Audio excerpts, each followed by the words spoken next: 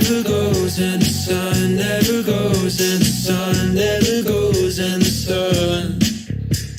This could be the end of the world as we know it. Oh, this could be the end of the world as we know it. We never thought we'd get this far. I'm gonna stay true. These songs I wrote for you, oh, they make me blue. They make me blue. What did you say to me? You wanted to be free. Do you believe? I want you to believe.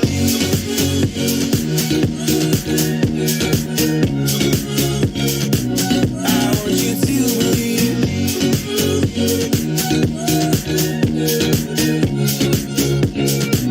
I want you to believe. I'm gonna stay true. These songs I wrote for you, oh, they make me blue. They make me blue. What did you say to me? You wanted to be free. Do you believe?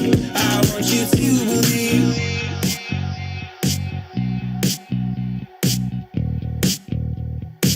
I want you to believe.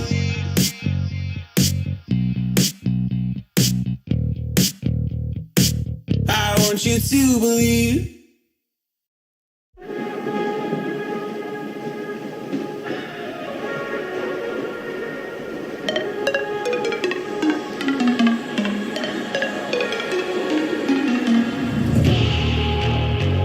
When you found me like that, I was doing not bad, didn't care about you. I was high as fuck, wasn't looking for love or anything new. It ain't funny, little devil in disguise, think you got me, yeah. You're so naughty, I feel something happening to my body. Cause you shot me in the heart, I can't get over it. In the other part, I'm recovering. And I know what you done, you made me fall too fast. Wait.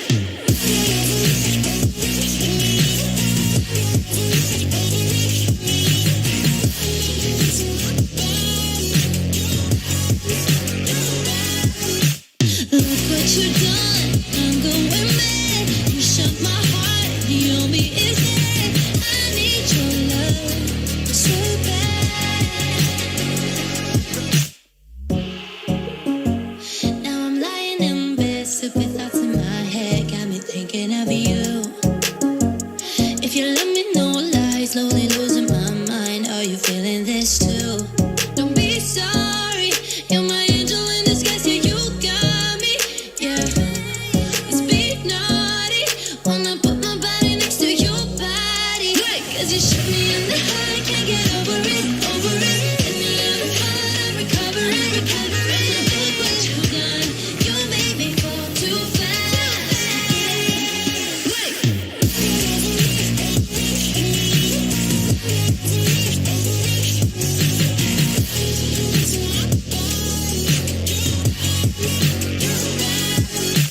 Look what you done, I'm going mad. You shut my heart, the only is dead.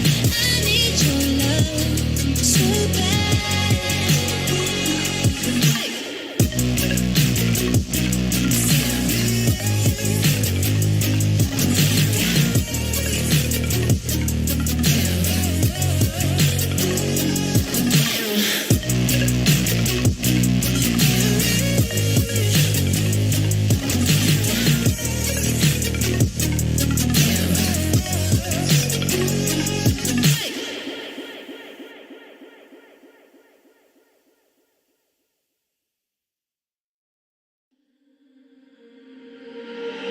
We're stuck in your car on a Friday night, and we laugh away stuff we try not to talk about. Still your smile keep on heating up the climate, and all the blood to my cheeks are rushing out, yeah, yeah. And by accident, you're getting closer. Oh, can you tell me something, tell me something? Is it a wild shot of letting you know that you're the topic of all of my thoughts, yeah. 'Cause I'm so sick of this friend zone.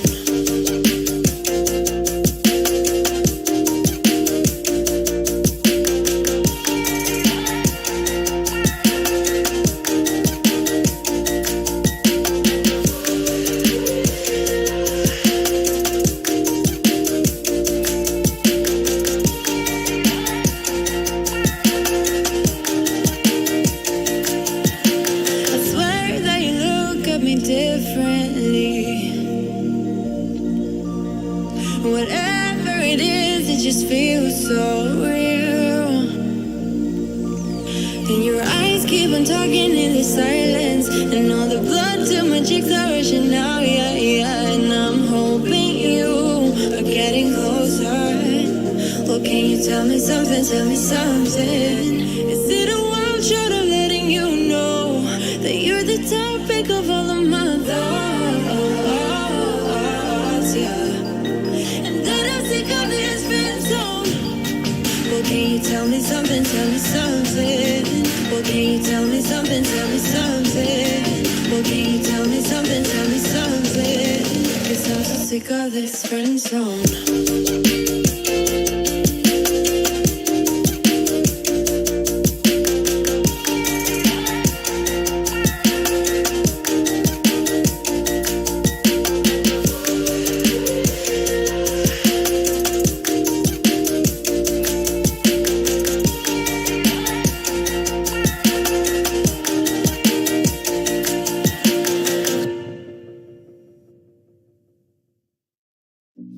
I've been working part-time jobs, chasing all my dreams out lately.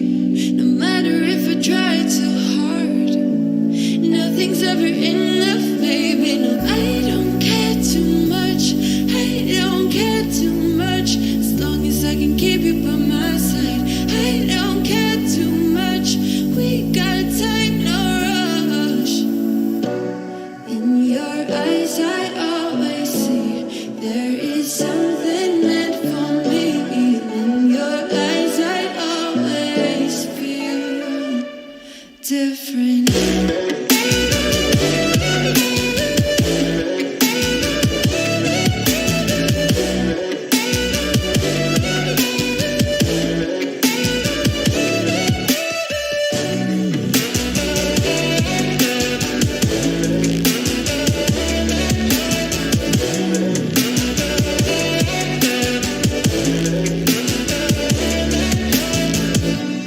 Tell me everything's alright. Life is just a bunch of faces, and if it's not, we'll still be fine. I know we're going places. I don't care too much. I don't care too much. As long as I can keep you by my side, I don't care too much. We got time, no rush. In your eyes, I always see there is something meant for me. In your eyes, I always feel different.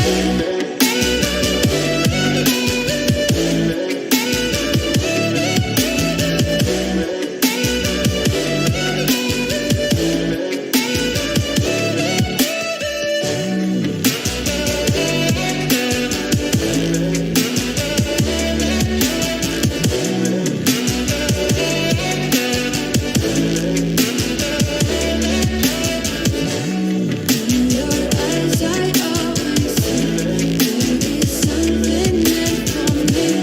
In your eyes, I always feel different.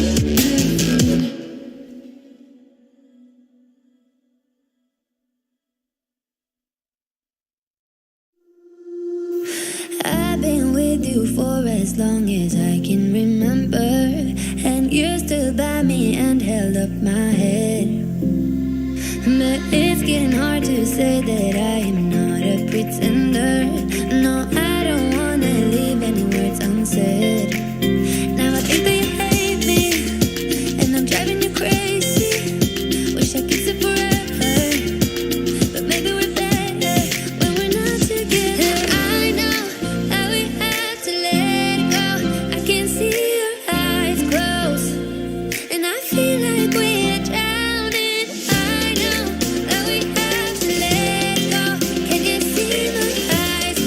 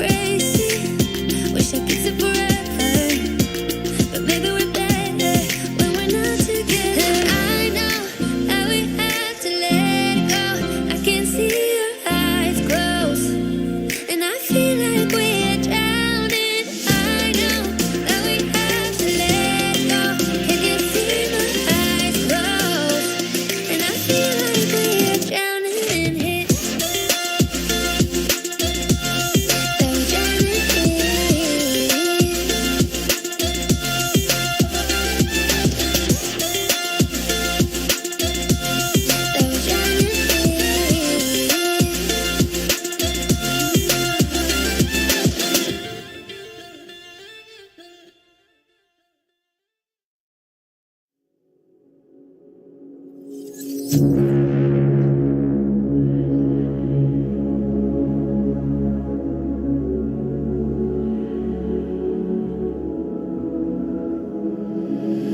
you hear that sound? Will be your last.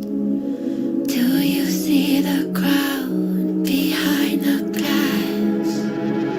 Do you feel my fire growing fast? It'll be the last thing. It'll be the last. There is something in the dark. There is something here, big sharpened teeth. There is something going on. Make you wish you never looked at me. Oh, I will take you down. I will take you down. Did you have doubts? Did you have doubts?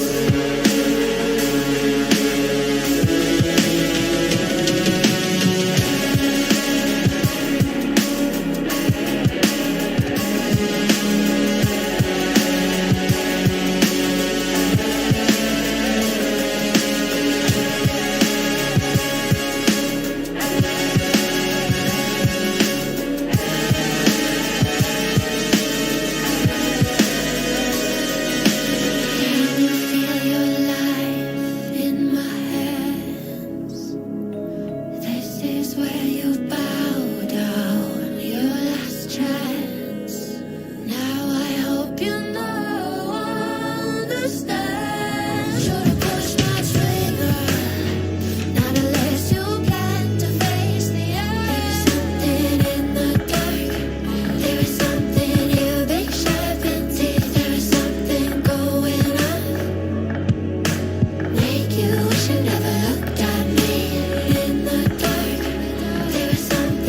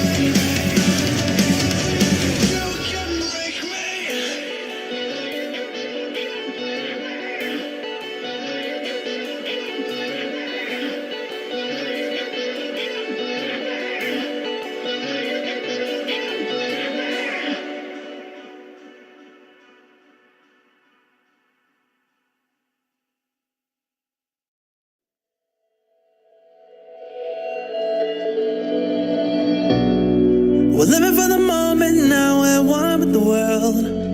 I can't lose this feeling I get. My heart's in the right place, and so is my soul, yeah.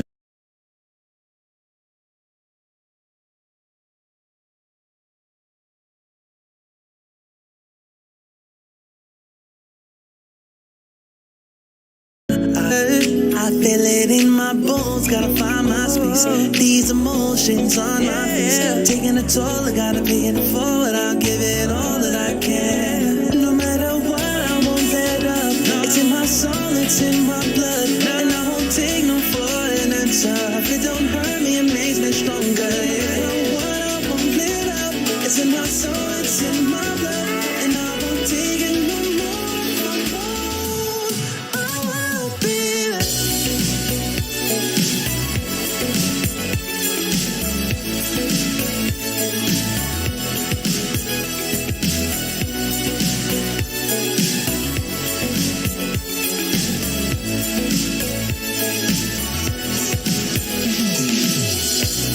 Just leave it to me. I know what I need. You'll find if you see. And if you believe, you live and you breathe, you'll find the key. You need lifting, you can't go alone. Let's do by two. Doing this together, it's me. By you, all through the night, all through the night. This is me, this is you. When we get together, we can all pull through. I don't ever wanna stop this groove. Let's get it right. Take it to the Lord, then take it to the grave. Listen to the wise man, tell me what he say. Listen to your heartbeat like it still bleed. A little bit of hope, yeah, it's what we still need. Say a little prayer for the moment. Give what you got, just go in. Can't hold you back if you own it. Live your life like it's chosen. No matter what, I won't let up. It's in my soul, it's in my blood, and I won't take no for an answer. If it don't hurt me, it makes me stronger. No matter what, I won't let up. It's in my soul, it's in my blood, and I won't take it no more. I won't be it. Just leave it to me. I know what I need. You'll find it, you see.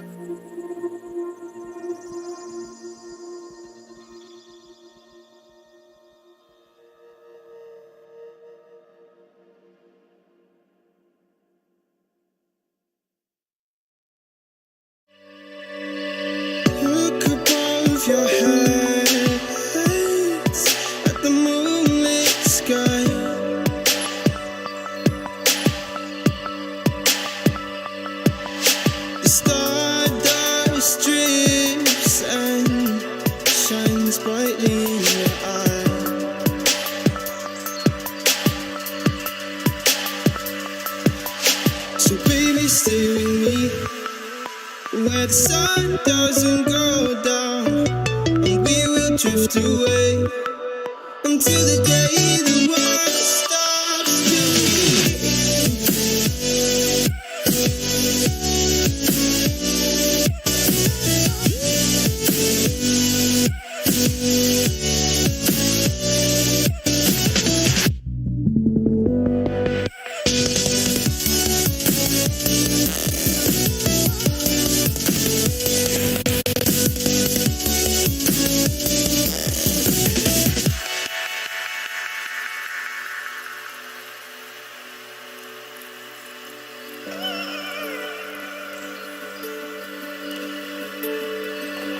oh, baby.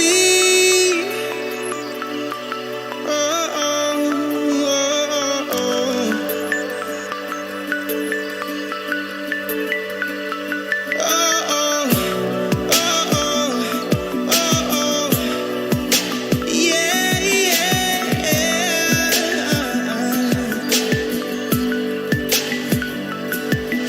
The stars falls around us, entwining us. So baby, stay with me where the sun doesn't go down, and we will drift away until the day the world stops spinning, spinning, spinning, until the day the world stops spinning.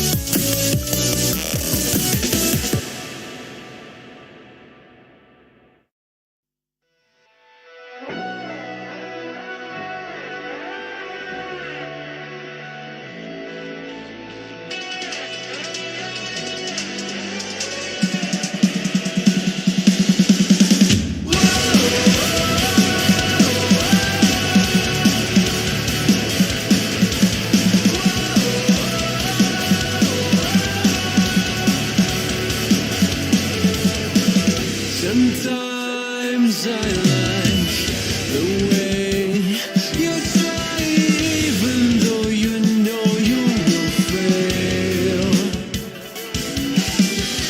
Sometimes I give you hope before I take it all away from you.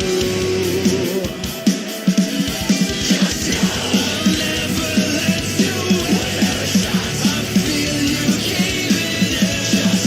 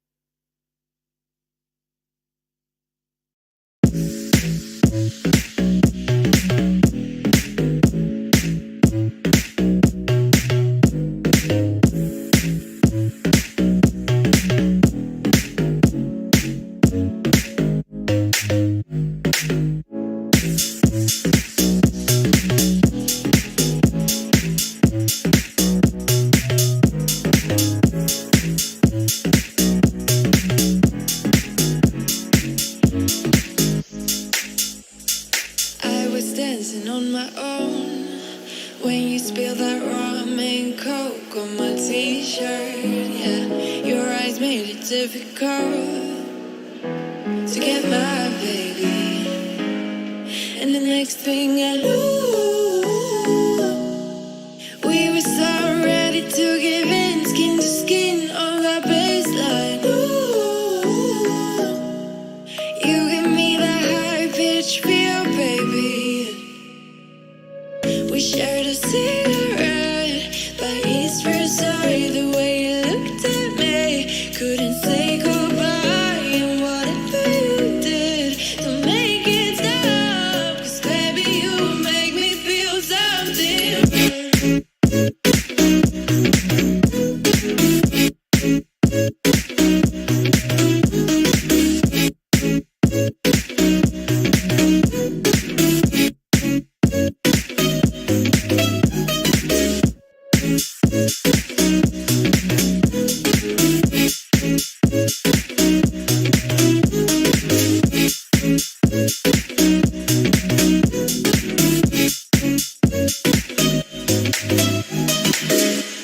And the next thing I knew,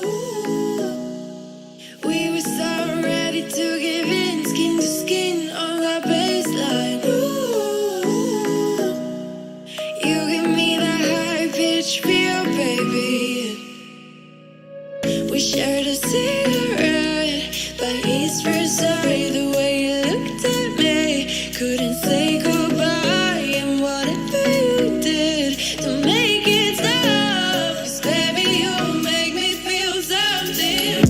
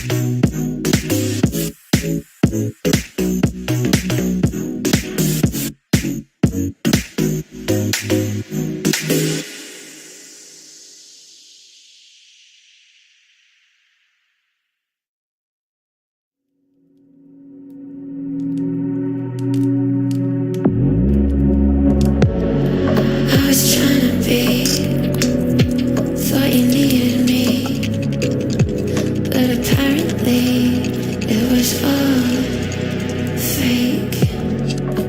False intentions, preconception. You built me up, only to watch me break. I stuck around, didn't wanna let you down. I think I might. I thought I knew you. I thought I did.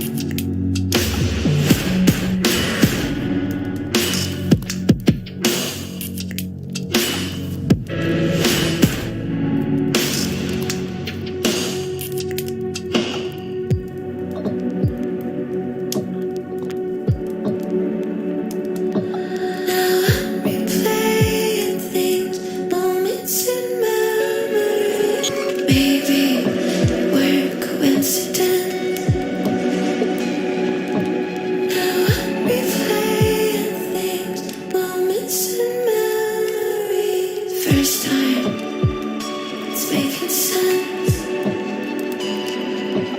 I thought I knew you.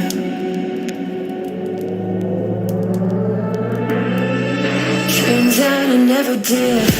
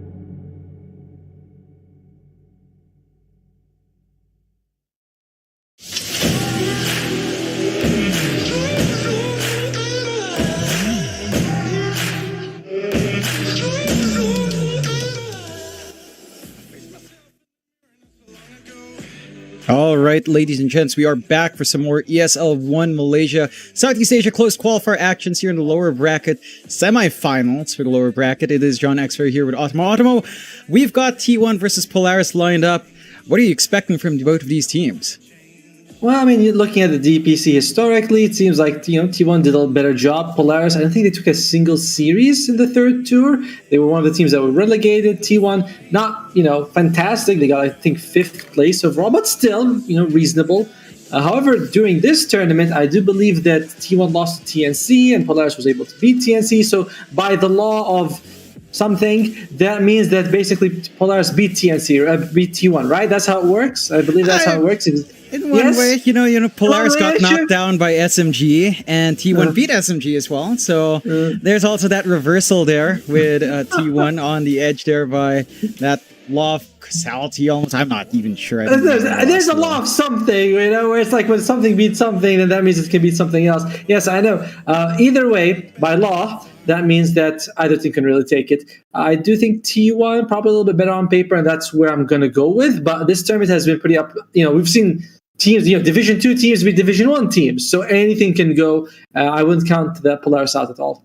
Yeah, and they've also had a bit of a roster shakeup for both sides. Polaris kind of going back with AU, their coach, coming in as a player, and again, taking Force back in at the end of DPC Tour 3. For T1, Zephyr has been gone, and they've had Raging Potato playing on a pause 4, so the Indonesian duo is kind of taken away. Do have a bit of the draft already developing here, Optimus. We will switch into it. Already seeing some of those initial bans. The Dawnbreaker and the Enigma being taken out by Polaris. T1 taking care of that Warlock and Viper and straight into the Marcy for their opener. So we've seen a lot of Marcy today, mainly Town leaning into it, but when it does have a good game, it does look pretty good. Yeah, I mean, I'm fine with the Marcy. It's a blink into Ada Lens gives you a lot of ability to control people, so that's kind of nice. Polaris, they start off with the Tiny as well as the Death Prop. This hero seems to be very popular this turn, either picked or banned in most of the games we've seen, and Polaris making sure that they get it for themselves here. Not the best hero to have when you're up against the Marcy. Now Razors, that's interesting. It's the I take your life, you take my damage duo. That favors a little bit more of the Death Prophet if you have the ultimate, but not then favors the Razor. Yeah, and you still have a little bit of flux for both sides as well. I believe Polaris leans towards the Tiny support flex for Xavius, or in this case, probably Raging Potato. Could be something that comes out, but you also have Lelouch who can play it mid, along with the DP flex there. So a lot of options for Polaris. For T1, it does feel like we'll probably see Gabby on the Razor more than anything else. Maybe Cuckoo on the Razor as well. Not so much a Carl hero per se on the mid. So kind of keeping your flex on the side lanes there. As you mentioned, though, it doesn't feel like you have the best answer for the Marcy. But with the openings, I mean, you did favor the DP a little bit in the push. Overall, what do you seem to prefer with the first two picks? I guess I kind of like Polaris, but T1 does have a little bit more flex because, in the lane stage, they can put Razor in the offlane or the carry role depending on what matchup they think is best for the Razor, which is kind of nice. Polaris, I also think they have to go for some sort of carry that either doesn't rely overly much on physical damage, I don't think exists, or a carry that has damage from illusions, CK as well as a Terrorblade. And I do believe Polaris plays quite a lot of Chaos Knight themselves, so that could be an option for them. And they've still got ways of kind of dealing with the Razor down the line. We have seen some slower Razor games, as we saw in the last series, of course, in that game 2 there for Boom versus Talon. We'll see if T1 can kind of get that faster Razor game. Going back to this, I mean, we've seen this duo of Razor and Marcy before. Maybe not today, but it has popped out a lot in the DPC. And it does have a lot of potential, right? You have the Dispose and Static Link. That can be nice if you are running that Marcy support in that lane. But you're also up against a Tiny who can toss people away. Yeah, it's not as straight cut for T1 to kind of get max value there for the Razor, at least until the BKB flies on, and it's still dependent on what they want to do with that Tiny. So when you see this Tiny, do you prefer it on the support role, or do you kind of enjoy it more in mid? I mean, we have seen Yopaj with a mid Tiny just pop off way hard. I'm generally a person who doesn't like supports who can only focus mostly on displacing enemies. Like Marcy, Tiny, I generally prefer to see them as core. Marcy, not so much, but Tiny feels like if he gets a fast blink dagger as a support, he does well. If not, he really falls off. So I kind of prefer him as a core a little bit more. T1, they still have their Treant Protector, which is something that I believe is their most played hero this patch. That could help them quite a bit against the Death Prophet push. It's mostly physical damage coming out from Death Prophet's ultimate anyway, so could be a good game for the Treant here. Yeah, it certainly could. I think the one thing, again, for T1, usually when they pick something like Treant, there's a little bit of flex between Whitemon and Zephyr. Again, they've changed the formula here with Raging Potato in, so I don't know if that's going to affect the viability of that Treant for them to kind of flex it between 4 and 5, and farm priority changing up there. We'll find out for T1. Polaris do have to pick up in this phase. I mean, with how open the Tiny and DP is, there's still the potential for, say, a DP support as well, though not as common. Is there anything else, any direction you want to see Polaris take their draft in? They do play a lot of Mars, but if they pick a Mars that's kind of, showing off the Death Prophet, I think they could go for something like position 5. Because even at position 4, okay, we're not going to play position 5 Tiny, so I do think they could go for some sort of position 5 that won't reveal too much. What are the positions 5 they tend to play? Keep Up the Light, Snap. Oh, Clockwork comes out. Interesting, a good hero to hold people down, especially like the Razor, but you are up against Marcy. I don't know if I love the Clockwork, but it can work pretty well with the Death Prophet. You cog them right back into the Spirit Siphon, to the ultimate. It could go well. So it's not bad. Gives him a lot of reach as well, right? Once the hook shot's up, he can get extra aggressive on the clock. And does that seem like more of a support pickup? I mean, we've seen a little bit of core Clockwork. I don't know if it's something that should be prioritized. Do you kind of like the possibility of perhaps a 5 Clockwork, a Tiny 4, if players go that route? I think so. I mean, or it could be a core Tiny and support Clockwork. But either way, I'm not a big fan of core Clockwork in general. I think the hero is fine as a support. I don't think that much more, extra farm really helps him that much. T1, though, is still feeling like the Treant could be a good pickup. They also tend to pick something like the Bane wouldn't be so bad, as well as the Dragon Knight. There's a lot of physical damage coming out from Polaris. So Dragon Knight, I guess this sort of damage over time, physical damage, could be pretty solid for Carl here. We'll see what they go with. Yeah, still fairly open for T1. Still have to see them kind of pick up here. And they will take the Winter Wyvern, so that gives them a little bit more team fight. Maybe potentially flex on the mid, but again, that's mainly SMG that does it with Moon. Again, I don't think that's really a Carl pick on the mid, so likely our Wyvern 5 and the Marcy 4. Do you see a lot of applications for the Winter Wyvern here? It doesn't feel like you have the biggest curse target to go on. Yeah, because the other guys, here we go, they go with the Monkey King for T1. But yeah, it's like you said, when you throw the Winter's Curse, it's not like Death Prophet or Clockwork we're going to do much damage. Tiny, yes, if he's core, but if he's a support also, it's not going to do too much. So this Winter Wyvern pickup, it does feel like it's more to mitigate that physical damage. I was talking about the Dragon Knight. Winter Wyvern does help you a lot with the, it's called, I Cold Embrace. Thank you. I got it. I got it in the end. My Alzheimer's not fully there right just yet. But yeah, The Cold Embrace, pretty good against the Death Prophet. But I don't know. The stuns from T1 are mostly going to be what the Marcy Dispose, the Monkey King Boundless Strike. Not too much. I kind of like the Polaris control a bit more. Yeah, it does seem like Polaris does have more aggression with how often they can jump in, how often they can pin you down here, and they will tie that up with a puck as well. So that should be our Lelouch mid. We've had a lot of talk about the puck. We haven't seen it today, but it does slide through for Polaris. And we always talk about how slippery it is. You went back to the stuns on T1. The Dispose, Boundless, is that enough for a puck? Barely, like the Marcy has to be right there, because if you're off by just a tiny bit, puck will get away. And Boundless Strike is not the longest, and it's very long long range, but it's not very long duration. And yeah, it's fine. I like the control from Polaris quite a bit more. And for Polaris, they definitely either need a carry or a position or a support, depending on where the Tiny goes. You mentioned that's most likely going to be a Tiny support. I kind of feel the same way here, and I like it because you can just jump on the Monkey King, throw him out of Wukong. That'll be pretty good. Separate people from the Razor, maybe save someone who's been disposed. There's it's a good game for a Tiny support. Yeah, he's got a lot of play here. See that DK band out that you were mentioning? So Polaris themselves want to take it away. T1 still looking for that mid here, and they've been banning out a lot of safe laners as well, taking care of Medusa and Bloodseeker. There is the possibility for something like, say, the Natsumi Nature's Protector. See, NP can still Nature's Prophet. Oops. Prophet. I was like, Protector. Nature's Protector. I was thinking of Korean Protector and Nature's Prophet and mixed them up, but the NP could still come out, and that is a Natsumi special. So they could go that route if they wanted to here as well. For T1, any mids you see that kind of works against the puck here? Fortunately, not really. I mean, they could go for something. I like the ban on the Dragon Knight, because that would have been one hero who, doesn't beat the puck, but just sustains it. Kunkka kind of can do the same thing as well. So, yeah, I don't think that there's a hero that just beats puck flat out. They might go for something else. Maybe they go for the Keeper of the Light, long range hero. Lots of magic damage would be pretty good for them. I don't know. I feel like that might be something. And T1 does play a fair amount of that. So they go with it, or they go for something else. Still fairly open.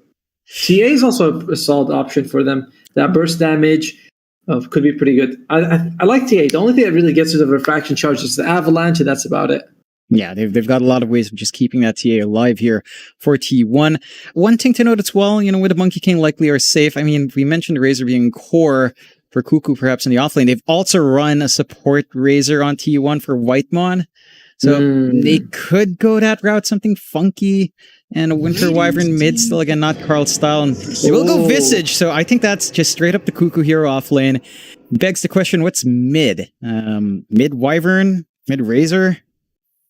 We'll find out very soon. And Polaris, they only have about 20 seconds to figure out what carry they want to go with here. Chaos Knight still feels like the pickup for me, just because you get that illusion damage. Terrorblade's not an option. You can maybe drag Monkey King out of Wukong. You have to be worried, of course. You're up against a Winter's Curse, so that's all those illusions add up, but it's still the best option against the Razor.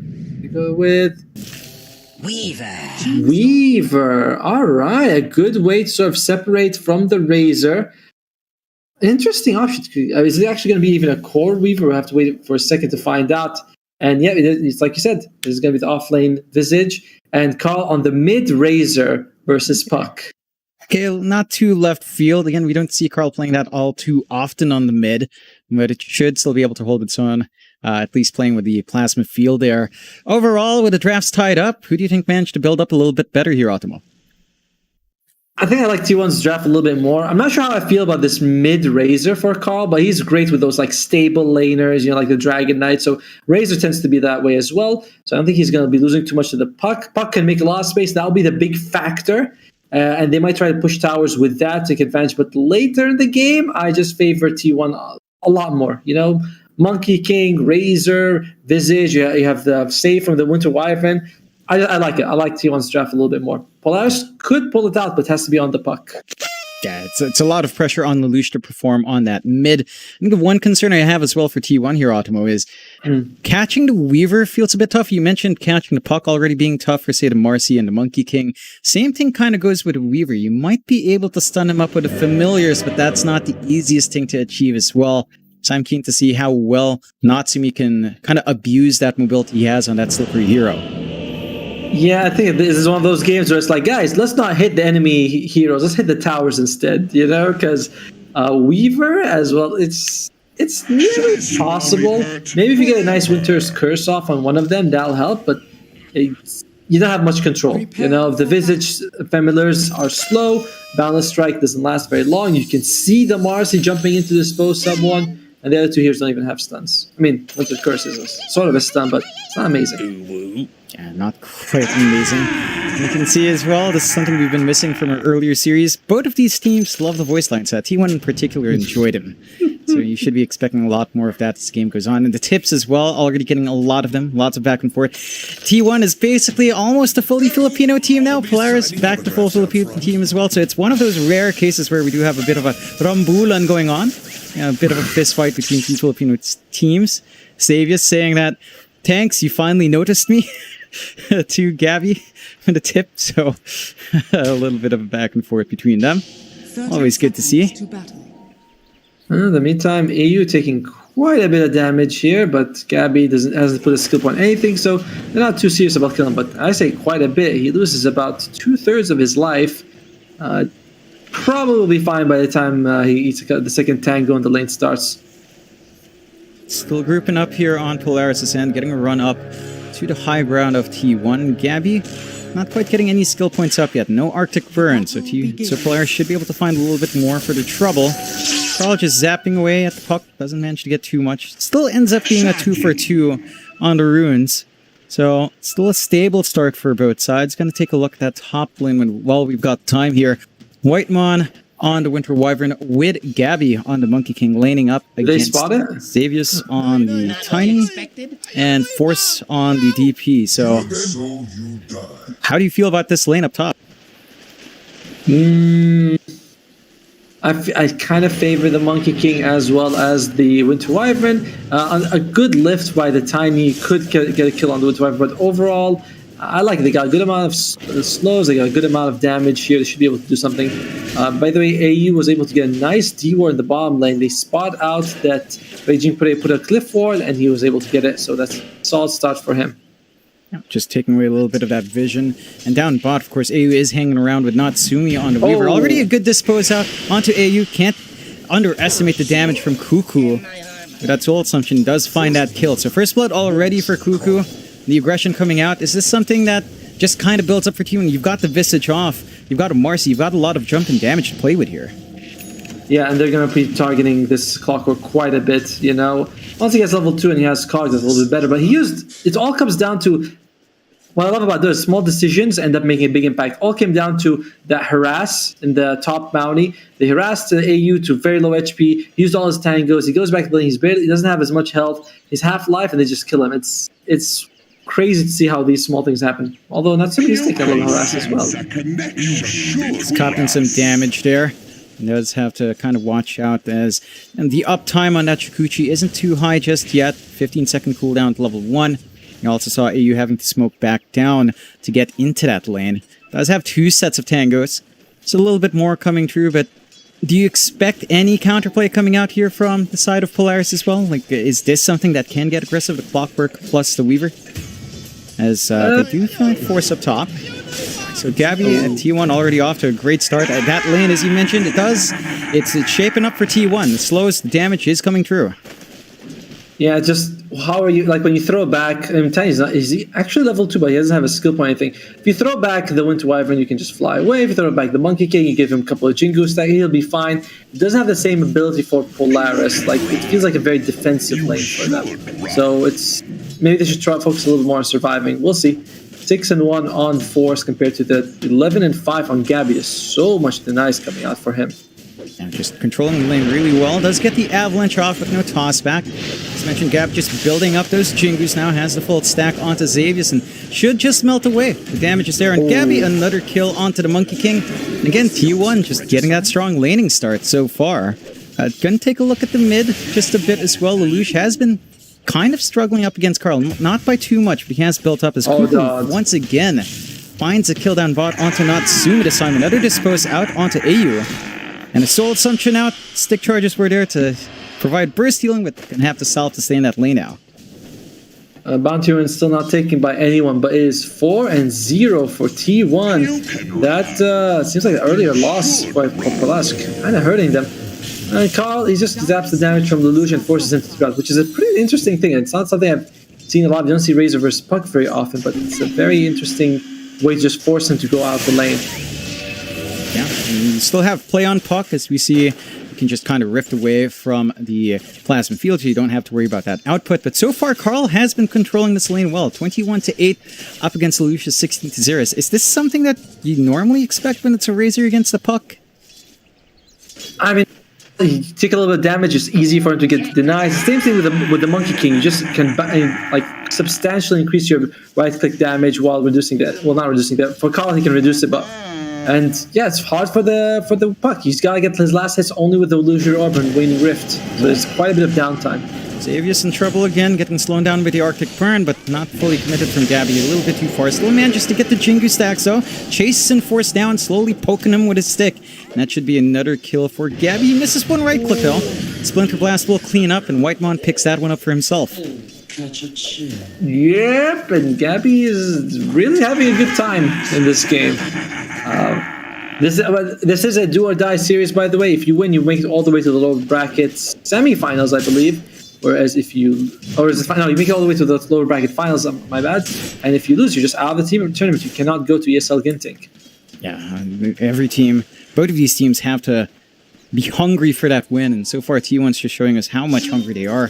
Finding a 0-5 start, less than 1k lead. So it's not really amounting to too much of a gold lead just yet, but does provide them the momentum, the EXP that they're going to want as well early on here. For Polaris now, with this kind of rough start, where's the momentum supposed to come out for them? I mean, we said it during the draft. It has to be from Lelouch, right? It has to be when he's active and ready to make space for the team. Later on, things do get better for Polaris. The enemy's lockdown is not amazing. The team fight from Polaris is pretty solid. Once you get the Exorcism and you got the Dream Coil, it's kind of hard to fight into that. So it's not like it's not over, you know, by any It's only 5 minutes to 1k advantage for talent. Sorry, for T1. It's not the biggest lead yet. But they are about to hit some level spots. Not yet. Yeah, Cuckoo's about to get the familiars up on his level 5. Natsumi has managed to work the lane a little bit better, is up there in the CS. But, you know, it's a Weaver. It kind of needs to hit that early timing here as well. For Lelouch on the Puck, I mean, he does have level 6 ready. He hasn't skilled a point yet. He's on the hunt. I mean, probably grabbed a regen, but backs off. I would underestimate the Weaver carry. A couple of weeks ago, or more like a month ago, I was casting the DPC for North America, Division 2, and we saw Weaver carry versus Alchemist carry. And I was like, all right, you know, he's going to trash him. He's going to destroy him. And then the Weaver was just able to keep up scaling and was able to take him. So Weaver, Natsumi had, you know, he's a legit carry on this Weaver. It can work. Top lane, though.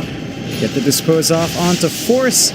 Raging Potato just showing up to provide that avenue for Gabby. Jingu's all up. Takes a little bit more with the Spirit Siphons, but not enough to sustain for Force with all that output. 0-6 now in T1's favor, and this Monkey King is, again, shaping up to be quite the beast this game.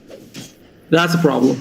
The fact that we've lost Force 3 times so far, he's only level 4 in about 7 minutes. Level 4.5, sorry. This is an issue because you kind of need the Death Prophet to be your damage dealer for towers at least. And that means that the towers for T1 will last a lot longer than they should. The game plan for Polaris not working out so far. And look at this, Carl sneaking around at the backside of that tier 1. It's a static link, not for too long at the Saviors, but they're still keeping that chase up. Forced into the tree line as well. Carl not under any major pressure. Plasma Field ready. Does not clip Saviors somehow. Still got the clarity running there and should be safe. You can just see T1 with the aggression. That is a lot of space for Lelouch down mid. Still keeping the chase boundless up. Gabby sees Xavius, gets the stun off. Tiny is not going to last for too long. Does stall out with the Avalanche, trying to run away. Gabby gets the Jingu off. One more right click to do the job. Whitemon keeping watch as well. Should be able to feed this one to their Monkey King. Still trying to juke. Arctic Burn. A toss back. Great stalls from Xavius, but not going to be enough with the burn damage.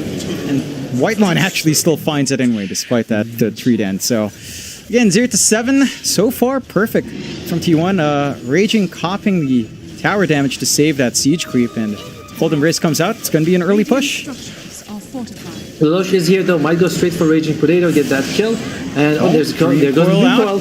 Only onto one, only onto Carl. And Carl caught in the cogs, but still find that kill onto AU. They do find Raging Potato for their trouble. Keeping the chase up. Natsumi early on in this fight. Toss out from Lelouch does connect onto Carl. Avalanche to stall. Gabby starting to drop low. Is taken away. Natsumi and the Weaver weaving in and out. It's just working out. He shows up top and he gets it done. See, that's the Weaver carry. That's what you can do. You know, you show up, you're very mobile, hard to pin down, and he comes in. Great, like, I think he did most of the damage. Oh, no. He and Lelouch, the insane amount of damage, 3,000 between them. They are able to get 4 kills between. It's good. It's what they need. It cuts down the T1's advantage to basically nothing, though. Yeah, it does nullify. That's a huge gold swing going the way of Polaris. And that's a lot of momentum coming out. You mentioned that momentum coming out from Lelouch. Gets great use out of his rotation. And they, start to build up a little bit more. Hold back from the aggression of T1. T1, though, Cuckoo camping down mid, already has that early Vlad's up and running on the Visage. And with the Familiars up, with that Vlad's, it doesn't take too long to melt these objectives. Yeah, and I'm a little surprised that, I don't think Cuckoo was in the top lane fight, but yeah, it takes a mid-tier 1, and that opens up the map more. Top, Raging under a bit of trouble. Avalanche out from Xavius' stall, but there's the familiar stunts coming through from Cuckoo. Is it enough? Natsumi in the front line does have time lapse. Does manage to get away. Shikuchi is maxed out as well. So a lot harder to pin down. T1 though is still chasing. No level 6 on Whitemon with Chris, so no hold. And they do manage to at least prevent any losses from that top lane. But but for T1, they might consider going for the tower. Cuckoo is here. And yeah, this tower is already pretty low HP. The T1 not only they're shutting down this map pretty well, which is a bit quite surprising considering that I thought that Polaris with the Death Prophet would be able to do at least equalize in terms of towers. Just not able to use force in the way that they'd want to. I mean, he's got the EXO up, but it's as you mentioned, he had a very slow laning start. Gabby and Whitemon were able to run him down. And he doesn't have too much in itemization, and he still can't go out to the point where he can just EXO and look for that tower kill. T1 just still staying clumped up. A bit of a smoke out from Polaris, though. Flanking with Lelouch and AU. No hookshot yet in the clock. Lelouch is ready to go with a Dream Coil. Could find Carl hanging around in this jungle. Tough kill. Managed to find him. Dream Coil out. Can they get him? Snap on the coil. AU comes in. Winter's Curse immediately out from Whitemon to counteract, and AU's gone. On to Lelouch they go. The punches fly out from Raging. They find 2 kills for their trouble, and the tips are flying out. Carl's feeling himself.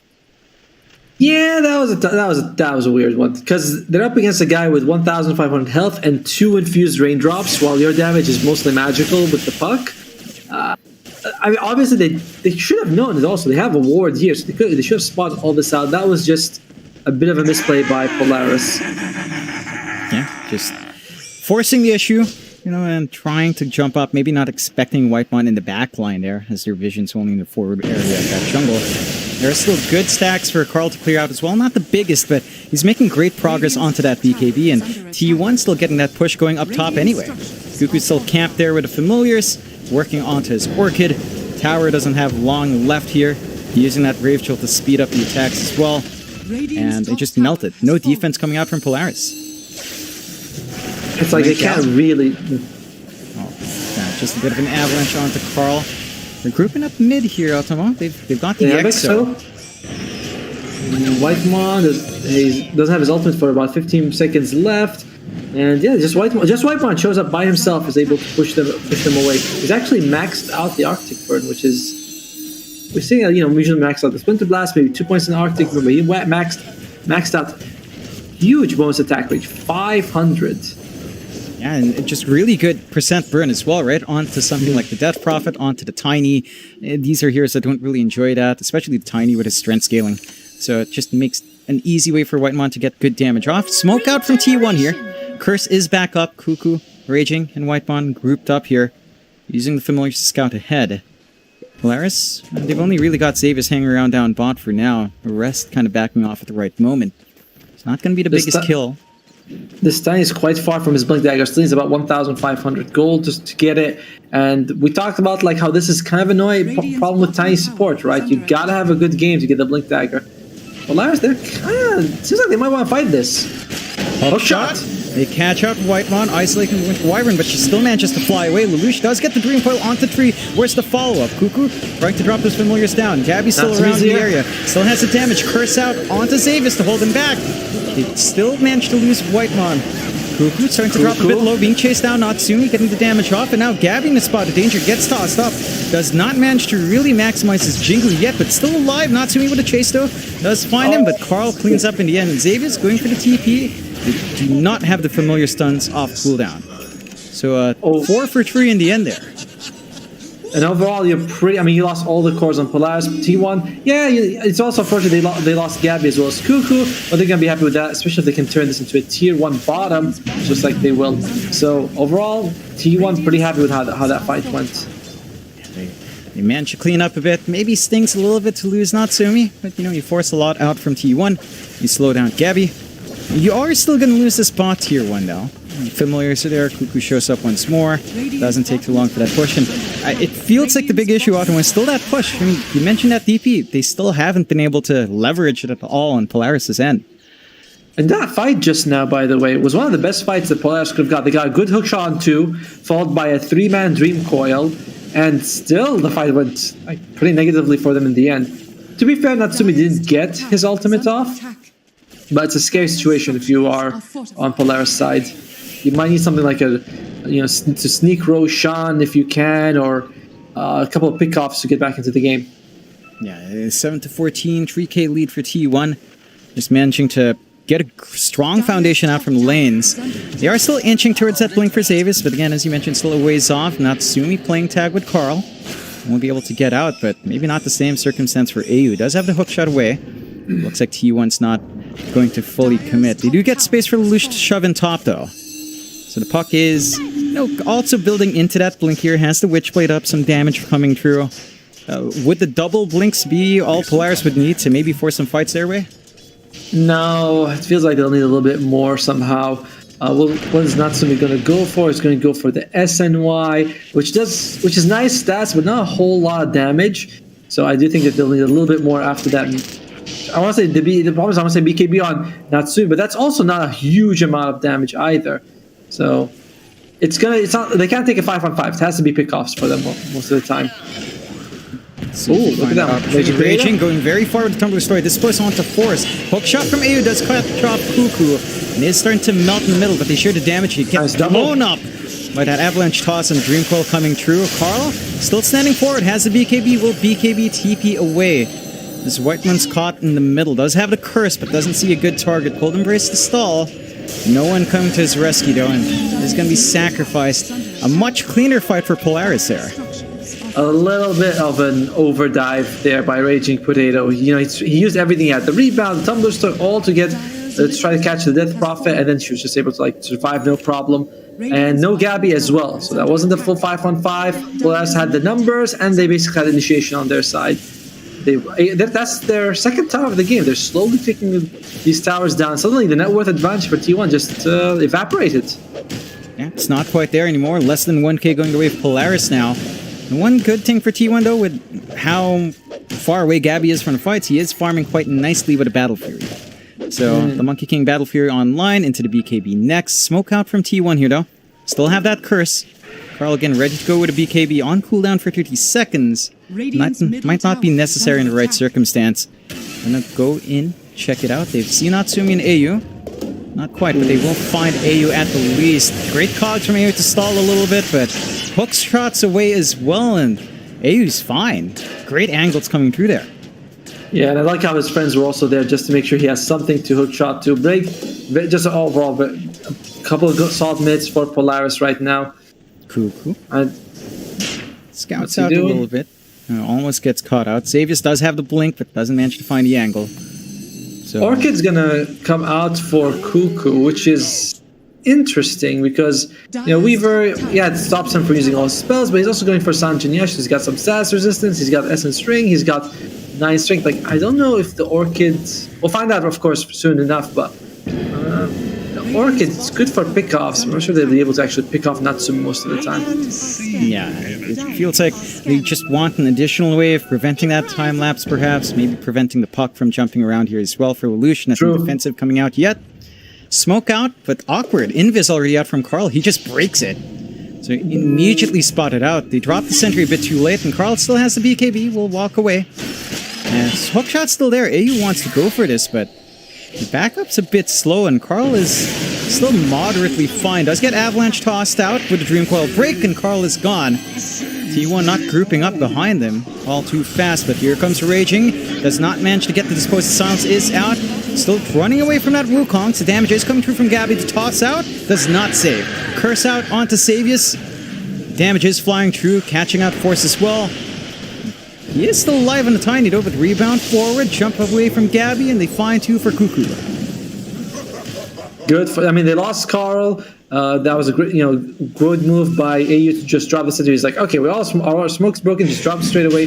They go straight, but they end up losing 2. Lelouch as well as Xavius. They do get Carl though. Still not what you want. And T1 all are able to are going to go for Roshan as well. Buyback coming out here. They really want to stop this. Lelouch 10 seconds though. Yeah, they do have the blink up on Xavius, so maybe expecting a little bit of a toss play. Try to snipe that Aegis away. T1 still staying fairly clumped up in there. Natsumi can try to scout. They've got good vision coverage on T1 Sendo. And we jump forward. Xavius with a toss back, and the Avalanche does kill off Raging. Great hook shot onto 2, catching Gabby at the back. Xavius still dropping low, is taken away, but Force with BKB holding his ground. Gabby getting some good hits with a Boundless. Time Lapse is there to save. And the Dream Coil just to clean up Whitemon. 2 already gone, but the dieback in Xavius is there. So it does even out, and that could allow Polaris to clean up Roche. Force still has some good time on the Exo, not quite enough, and Carl spots it out, gets a static link. Roche is about to fall. Force does get Aegis. Immediately loses it and sacrifices Natsumi. Force, second life, not going to be able to do much with it, as the rest of T1's there to clean up. And a lot of commitment from Polaris, but it bites them in the bum there, Optimal. Yeah, that was... we said this. It's T1 has the advantage in terms of team fight, and right now Polaris, they kind of force it. When we saw them win fights, usually when they have the superior numbers, when they T1 overextends. This was T1 fully aware that they're going to come for them. They were like waiting in the Roche pit. It kind of looked okay for Polaris, but in the end it was, they lost 5 people. There was a dieback on Xavius, so he died twice. They were able to at least... did they get the Roshan kill? Yes, they got the Roshan kill, so it's not a complete disaster, but very near. It's a catastrophe. Which one's worse, a catastrophe or a disaster? Are they the same thing? I'd say a catastrophe is much, much worse than a disaster. Then it was a disaster. It wasn't a catastrophe. Yes, there you go. Not quite catastrophic, but not very good either. Yes, they are still on the hunt with Gabby. BKB is flying out now. On to the Mage Slayer next, probably going for that Blood Torn on the Monkey, perhaps, mitigating some of that damage output as well on the Magic side here for Polaris. Going to be a good way of preventing that burst action from coming true. Still on the hunt, but not going to be able to find the Lucian aside. And T1 back to the lead at 5k, 13-22. For Polaris, what do they play around now? Like, you are seeing Natsumi willing to show up with just the SNY. Is it maybe about pickoffs more for Polaris with all their mobility and blinks? That's one of them. Another thing is that, like we said, there's very little catch on T1, at least like serious catch they should be worried about. So you can see Natsumi pushing top lane. They might do something with the puck as well, where they can really delay the game with that. So that could be it. They might say, like, listen, even pickoffs are too risky because T1, they're holding hands. They're walking all together. So I like what Natsumi's doing, just trying to push down. He's almost going to get a tier 2 top just by himself. And now could be a time for them to engage on Polaris. Yeah, Natsumi forces the 2 TPs up top. No one... They even smoke. They're going for it. You get the smoke out down bot, looking for the chase forward, but T1's also smoked up. So they're not going to be caught out just yet. Smoke breaks from Gabby. Monkey King powers right there. We don't see him yet. They're not chopping the trees. Still safe. Does manage to jump in. Cuckoo goes in with the Orchid right onto AU. Nice Get save. a cost pack on Force. But Gabby with the BKB still wants more. AU holding them back. Dream Coil out onto Whitemon. Hook shot away for AU as Whitemon starting to drop fairly low up front. And backline as well. Natsumi trying to get some damage off. Carl with a BKB, not going to be stopped by the Avalanche. Still keeping chase. Orchid out now after the time lapse. Natsumi is going to be gone. Force standing his ground, trying to sustain for the team. They find Raging Exchange. The 3-4-1 so far in favor of Polaris is tossed forward. Carl, BKB's gone. He's going to be able to scurry away with a buyback on Whitemon to prevent any further aggression. A good win for Polaris, and it all comes down to that Natsumi push. He knew that that people are going to go back to defend, so he pushed the lane, and then when they saw the people TP back, he's like, all right, guys, let's just go. I love it. Very nice move by Polaris. Cuts the network lead a little bit by T1, forces that buyback coming out from Whitemon. It's they need to do a little bit more of this. It's not even. A couple more of these, and Polaris will take the lead. Yeah, I think the big thing as well was T1 felt confident coming in there, Otmar. They break the smoke with Gabby. He doesn't get chopped from his 3. He gets a decent enough Wukongs, but there was no follow-up. The rest of T1 just a bit too scattered to get that follow-through on that engagement. And that's all the time necessary for Polaris to kind of build up there. They are starting to get pretty big on Natsumi. Number 3 core right now, not too far behind from Carl and Gabby.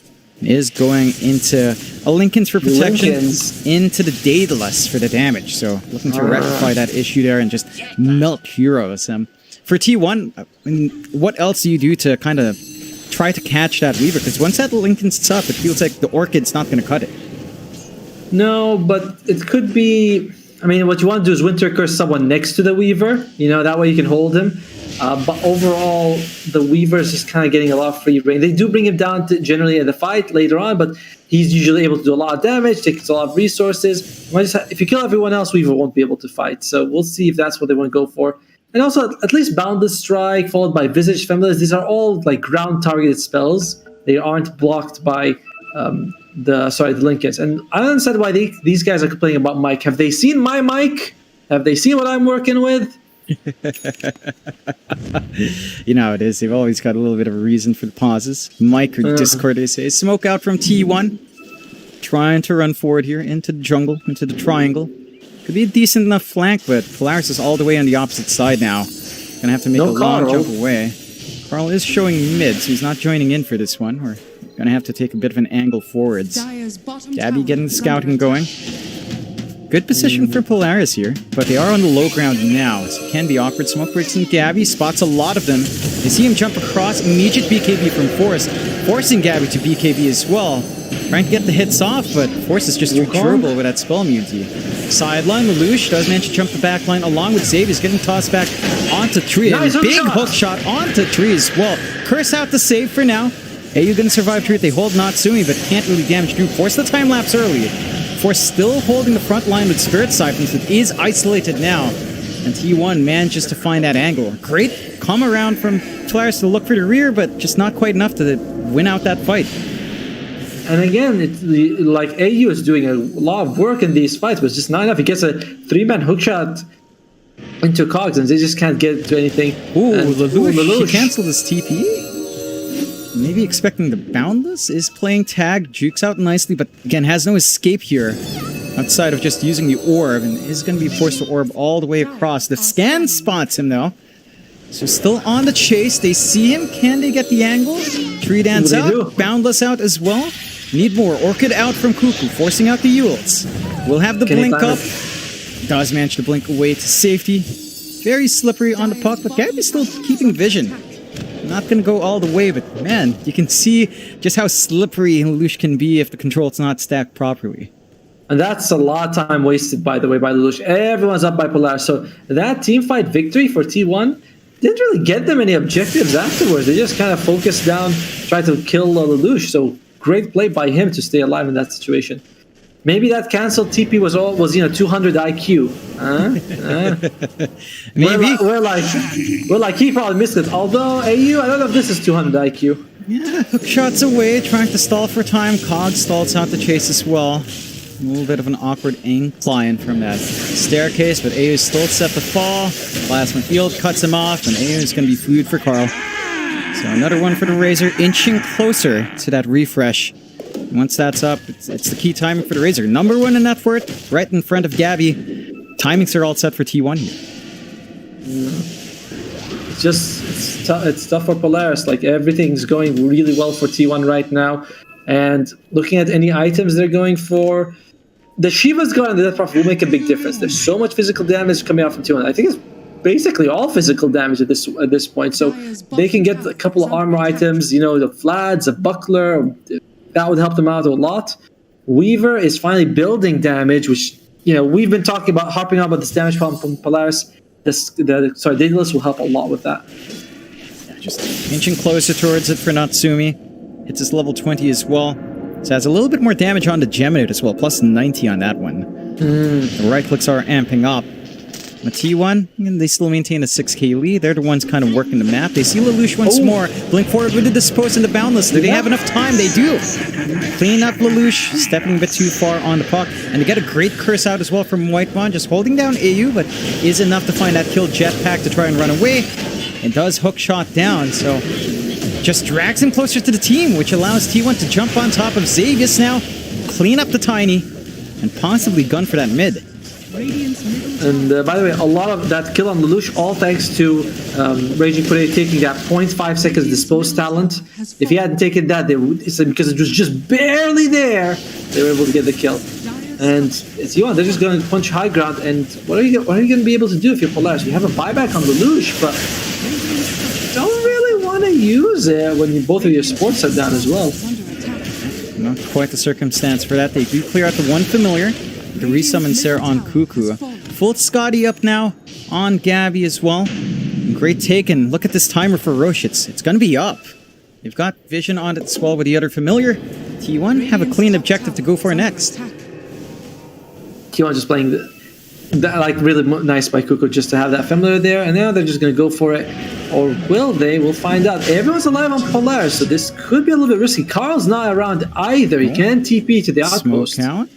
Being sneaky, going into the high ground, knowing that Polaris will want to fight, and they spot them out. Great wards. Silence immediately out in AU. They get the stun onto Force as well. Avalanche to break off for now.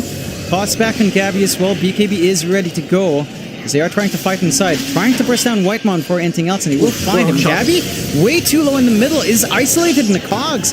Can't lifesteal True and is down. He's dead, just a bit out of position there. Great target prioritization, but they still find Lelouch. 2 for 3 so far. Natsumi trying to hold his ground up front. Carl now, a massive beast in the middle. Cuckoo does fall. Xavius managing to force halfway. Natsumi, time lapse already used. Dispose again from Raging, and the chain stuns from the familiars are enough. Only Xavius left. Carl looking for the captain now. Running in. Avalanche to stall just a little bit, but there's that Dispose. Once more, a full team wipe going the way of T1. Yeah, a little bit lucky for T1, honestly, that Carl was able to show up when he did, because he was all the way bot lane when they decided to go for that fight. It's still showing the advantage. Like, T1 took that 4 versus 5 for the first half of the fight until Carl showed up. And everyone has buyback on Polaris, so that's good for them. But they are going to lose another tower, and they should be up in time to contest this Roshan if they have to. Yeah, respawns are still fairly short. Roshan still fairly healthy. T1 didn't really do too much damage to it at all in that last foray in. So, gonna have time to respond. T1 not gonna force the issue without Gabby around as well. But that's all outer towers gone now for Polaris. For Polaris, these fights have been going topsy-turvy. You see some great angles. We see them finding Whitemon. It doesn't shape up to be enough. What do they need to fix up here in Polaris' end? They need to somehow go back in time and fix the links. It's hard to look at. Like, Natsumi's damage will help them out a lot because they are taking so long to get those kills. That'll be a big deal for them. I'm wondering also if we're going to see the Death Buff go for the shard. The problem is, you kind of need the Shivas, but you also really want the shard because it's so good. So that could really help them out a little bit for Lelouch. He's going for the Lincolns. That's going to take some time, and it's not really going to be a big game changer. So maybe a shard for the Death Prophet as the Daedalus for Natsumi. I'm just looking for a little bit more itemization here. The Fear coming through from Force could be good. And again, that full Daedalus for Natsumi still a ways off here for the Weaver. T1 with the Aegis up, going to be looking to play. Gabby scouting forward again on the Monkey. Gets a Paladin Sword from Cuckoo as well, clearing out a neutral from the high ground. Going to be feeling good. Taking the outpost. Revealing their position, so Polaris will have time to back off. Natsumi is They're- still scurrying around here, though. They are pushing top for Polaris, so they are, they want to try to take this tier 2, maybe force someone, or maybe not. Lucian's going mid. I'm like, is he going mid? Is he going top? This guy's confusing me. I'm sure his opponents are equally confused. But yeah, he is killing the creep wave here, which is what he has to do. Xavius, though, lucky with the spider legs, able to keep some space between him as well as Raging Potato. In the meantime, though, T1, they're knocking on the bottom tier 1. Yeah. Going on to that tower there down bot. Immediate TP's out. Avalanche toss to stall just a bit, clearing out the creep wave as well. Cuckoo's around. He has the raid pack. He is going to be able to get that siege going for the team. Creep cutting still being done by Natsumi bot, so they don't have too much time for backdoor kicks back in. They're managing this opening quite well from Polaris. Backdoor kicks up, range rack stays safe, but they lose the melee. So I believe T1's still going to be happy. Still 3.5 minutes left on Aegis, and they've got the Ags on Carl, so with a refresh, double Eye of the Storm Ags upgrade, that is pretty devastating in these fights. If they can somehow get like a 5-man coil with a cog that pushes them all out of the coil, that could actually be a thing, but it's like wishful thinking. And Gabby's just gonna go hit the racks. Like, what are you guys gonna do? Like, what are you literally? Oh, here we go. But here's what they're gonna do. Oh boy. Now, double Eye of the Storm just melts Xavius immediately and melts these objectives. Carl can just go for the push now, all by himself. Doesn't need to wait for much more. Damage is just flying. That just gets machine gun down. Doesn't last long at all. The rack's not going to take too long as well. Fortify is out, but trying to get the lift back. Immediate BKB by force. Hookshot misses this time from AU close up. We'll get the cogs trap, but no follow-up. As AU falls as well. Another set of racks going the way of T1. They catch Natsumi with a Hex. And he's gone. No buyback in the Weaver. That's it. He bought the Demon Edge. They catch Lelouch. Great dispose from Raging. No buyback as well for Lelouch, and T1 have a clean shot onto those tier 4s. They are held back by backdoor. Creep wave still coming in from the mid. They should still be able to have enough time without those 2 big buybacks here. And the GG's called. Yeah. Polaris holding that GG just a little bit, making them work for it. But in the end, from the start, we thought, T1 maybe a slightly better team. Polaris had a tough DPC tournament. They did do well in this so far, but with that draft, with the Weaver carry, which can work, but T1's just more solid all over, Monkey King can do a lot, whereas Weaver really needs to be ahead in terms of net worth. Carl did a really good job in the mid lane against Lucian. In the end, Cuckoo just was able to take those tier 1 towers very early on.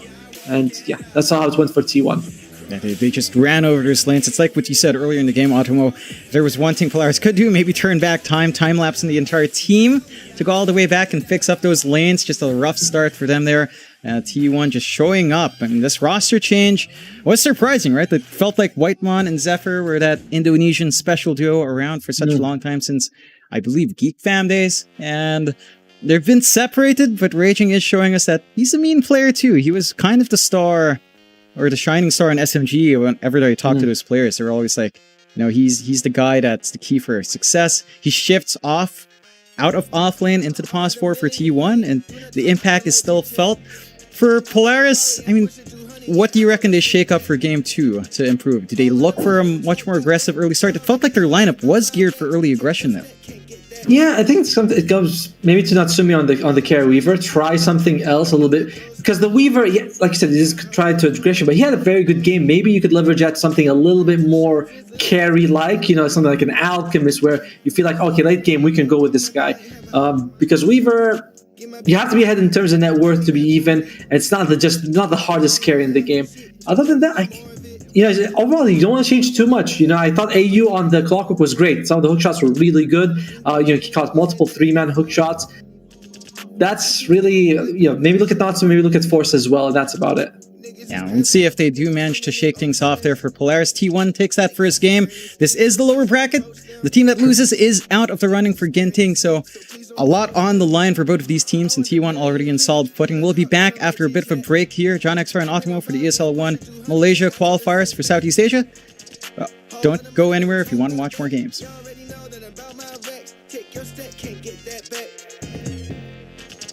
Now I got Jesus taller than Rory, I kick in your door still. In your house like car, you lame boy. 32 shots into the last Mac might let him out. Fell asleep in a PJ, remember I ain't have a house.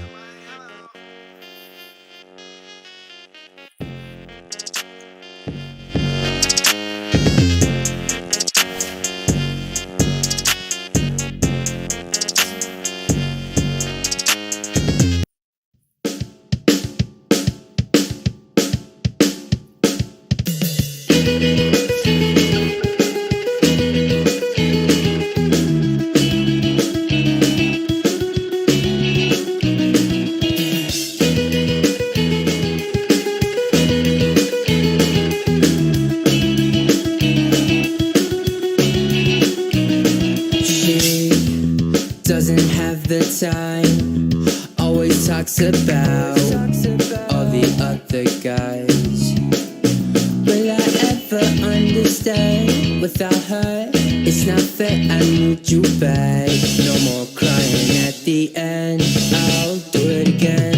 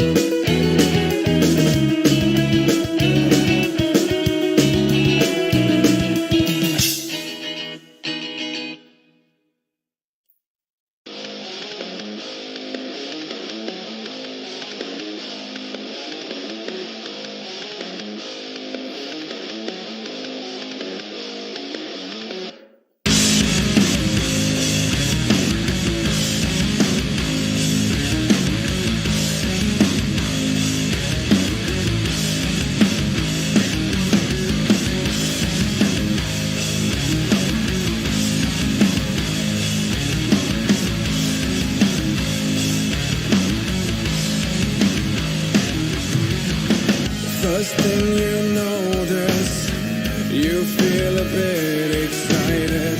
You see a purple butterfly is flying by. A little tension in your jaw, let your teeth shine. Put on your blue dress, it fits just fine. You go to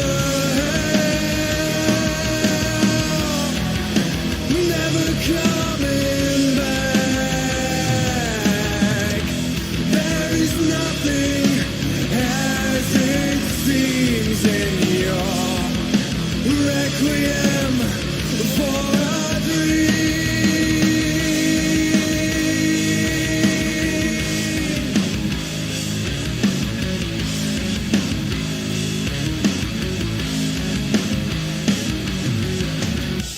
halfway through you start to lose control.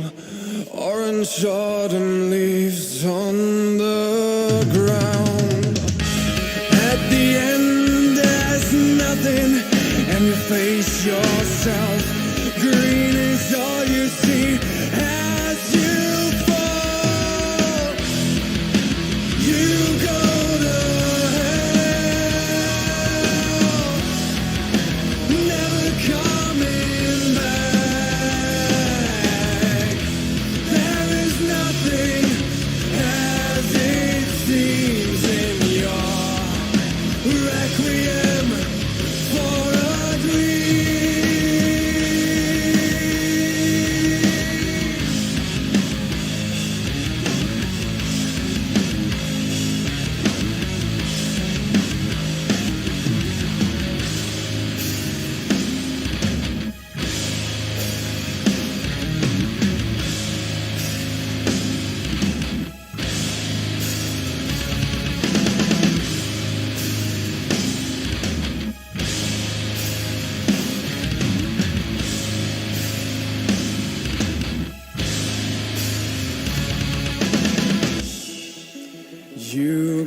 to hell, never coming back. There is nothing as it seems in your requiem for a dream.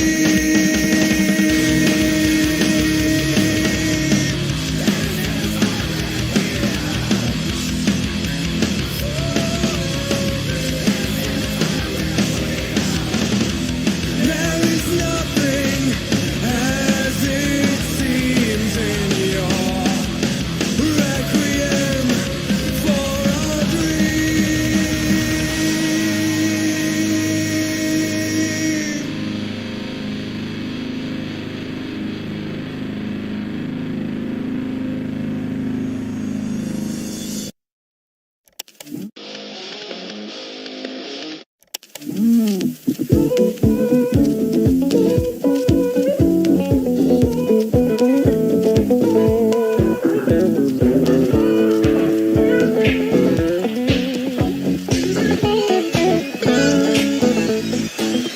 Carpe diem, I know I got only one life. Don't wanna spend it, listen to you bitch and whine.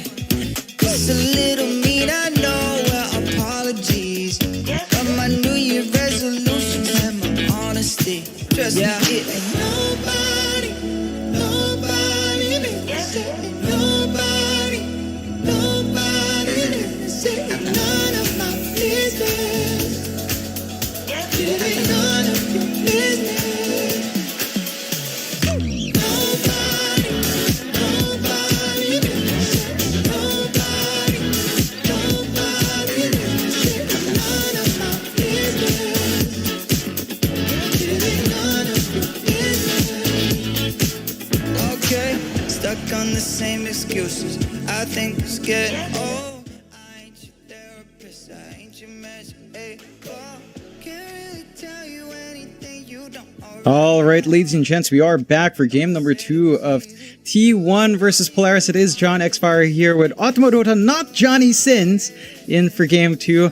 Automo, what do you feel like Polaris will have to do, and how do you feel like about chat always pointing this out? Well, I think they'd be, my mom would be proud to know that I've been an accomplished doctor. I've been to space. I've done so much in my life, and they should be really proud of me. But maybe not all parts of my social life would be something she'd be looking forward to. But as for the game, though, what we're going to looking for, I think Polaris maybe something to do with the offlane. Like, I thought Lelouch did a good, pretty reasonable job in the puck, but the supports had a bit of trouble, and you did a good job with the clocking. Maybe you keep that, but something with the offlane, something a little bit more aggressive, less of a tower push, more of something that can actually take fights. But let's look at the draft and actually see what the teams are working with here. Yeah, already have the draft underway. Do you see the initial picks already flowing through here for both sides? At very least T1 already picking up that Razor.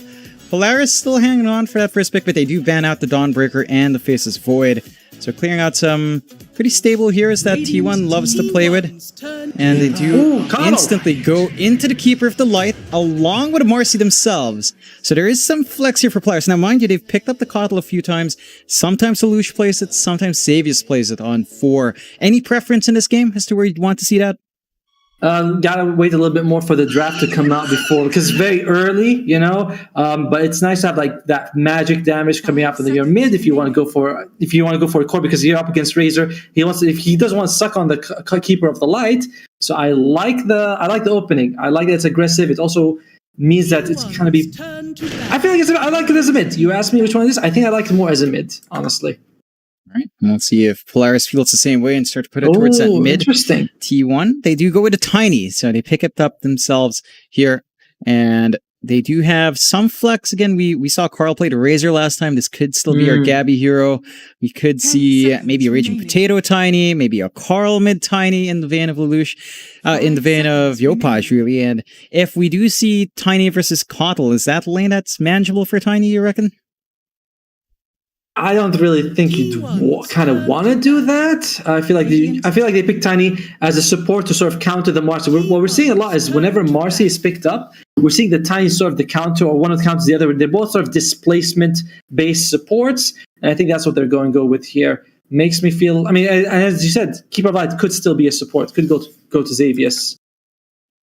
They've got that flex on hand here for Polaris. So let's see what the choices are. They do respect ban the Cuckoo Visage and the White Mon Winter Wyvern here as well. For T1, just banning out all the cores, banning out the Morphling, banning out the Terrorblade and Bloodseeker. Might have something specific on mind. Polaris respect banning that Carl Puck, which he has been known for since Dota 1. Just taking away one of those things that he has performed on historically well in the past. DPC feels like the puck has been a little bit on and off for Carl, but it's still something he knows the ins and outs of.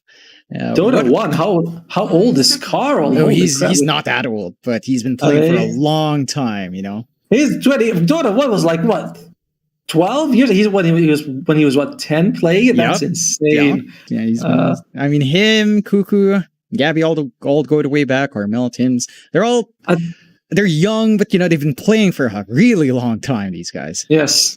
I mean, esports careers seem a lot longer than they actually are. It's like, you've been playing for 5 years. That's a long career in Dota 2. But let's see. Bloodseeker, Terrorblade are gone here. It's up to Polaris. What are they going to go with? Will they take a support? They kind of reveal that the Keeper of the Light is going to go mid. So maybe they'll take an offlaner here just to keep that flex. What could they go with here? It could be something that has to go up against the Razor. Mars is I think Mars is one of Polaris' most picked heroes. We haven't seen them.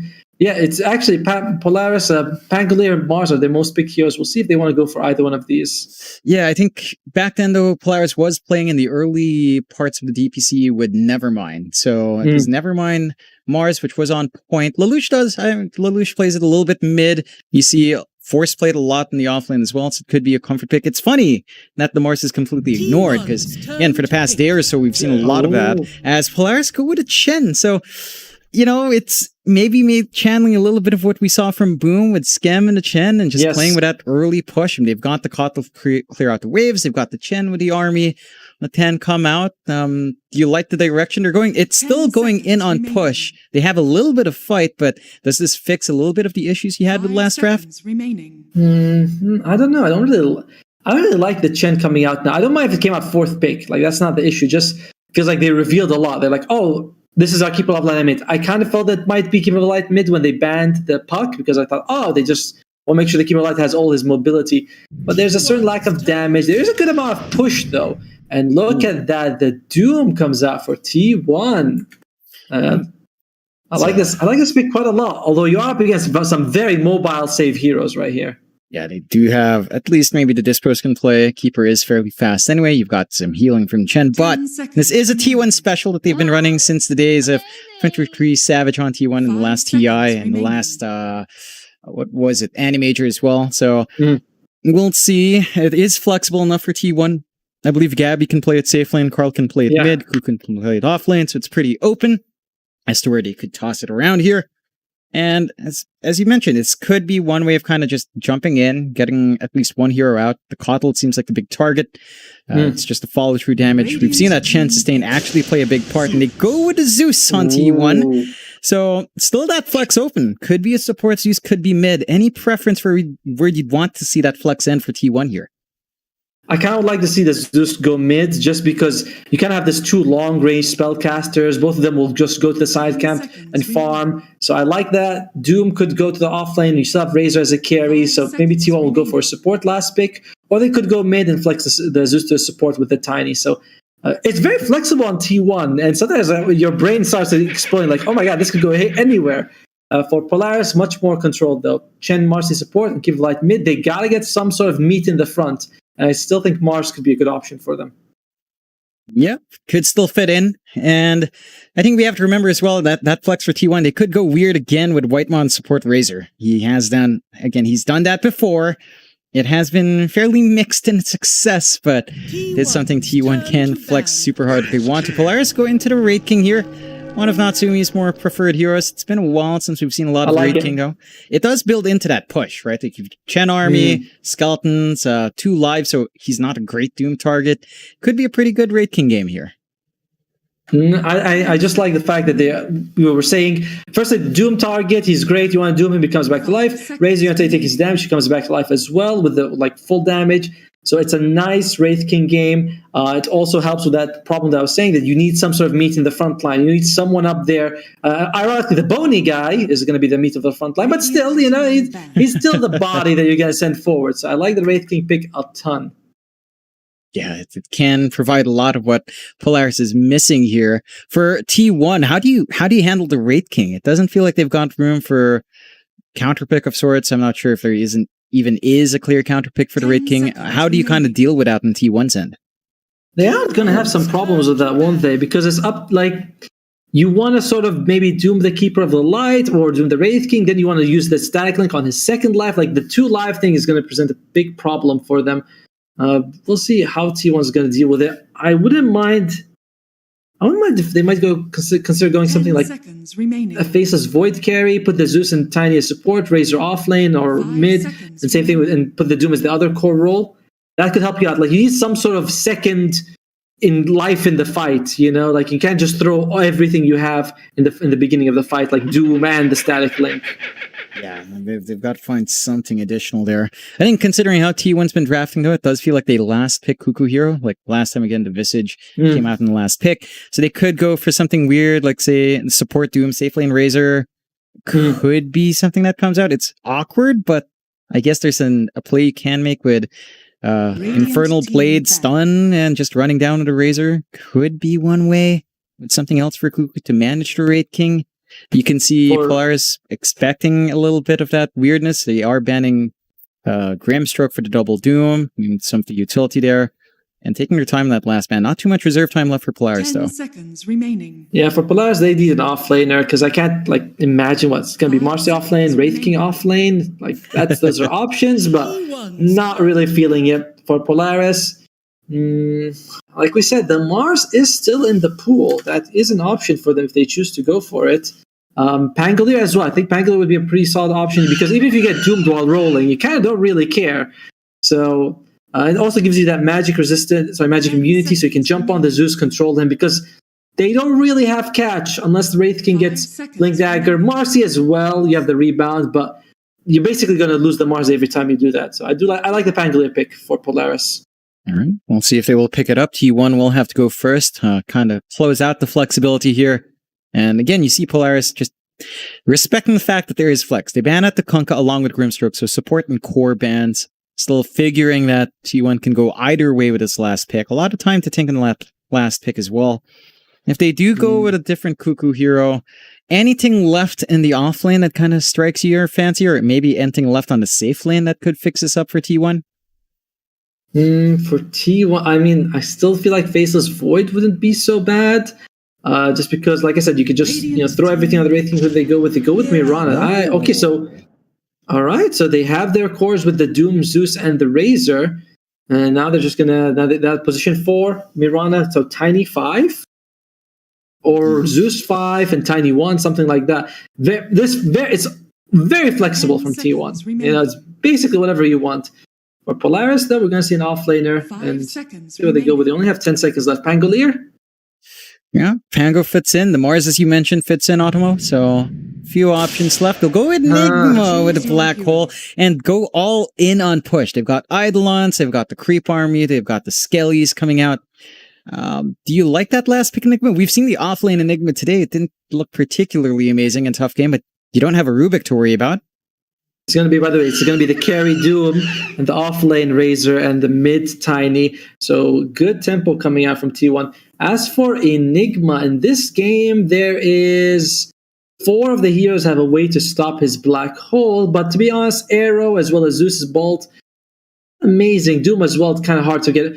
I think it's a solid Enigma game. Definitely better than before. Like way better than the game we saw where he was up against like a Rubik. As well as Invoker. So it should be a solid game for Enigma. You mentioned the push. They have a lot of auras with the Chen, with the Enigma, even Wraith King gives them a lot. T1, I favored them in the first game, in the draft. This game, I favor them, but maybe a little bit less. Yeah, and we'll see how much they can get done. That core safe lane Doom has been rising in popularity with T1 and Talon. So both Gabby and 23 Savage have been picking this up a little bit more. Be Savage a little bit more often.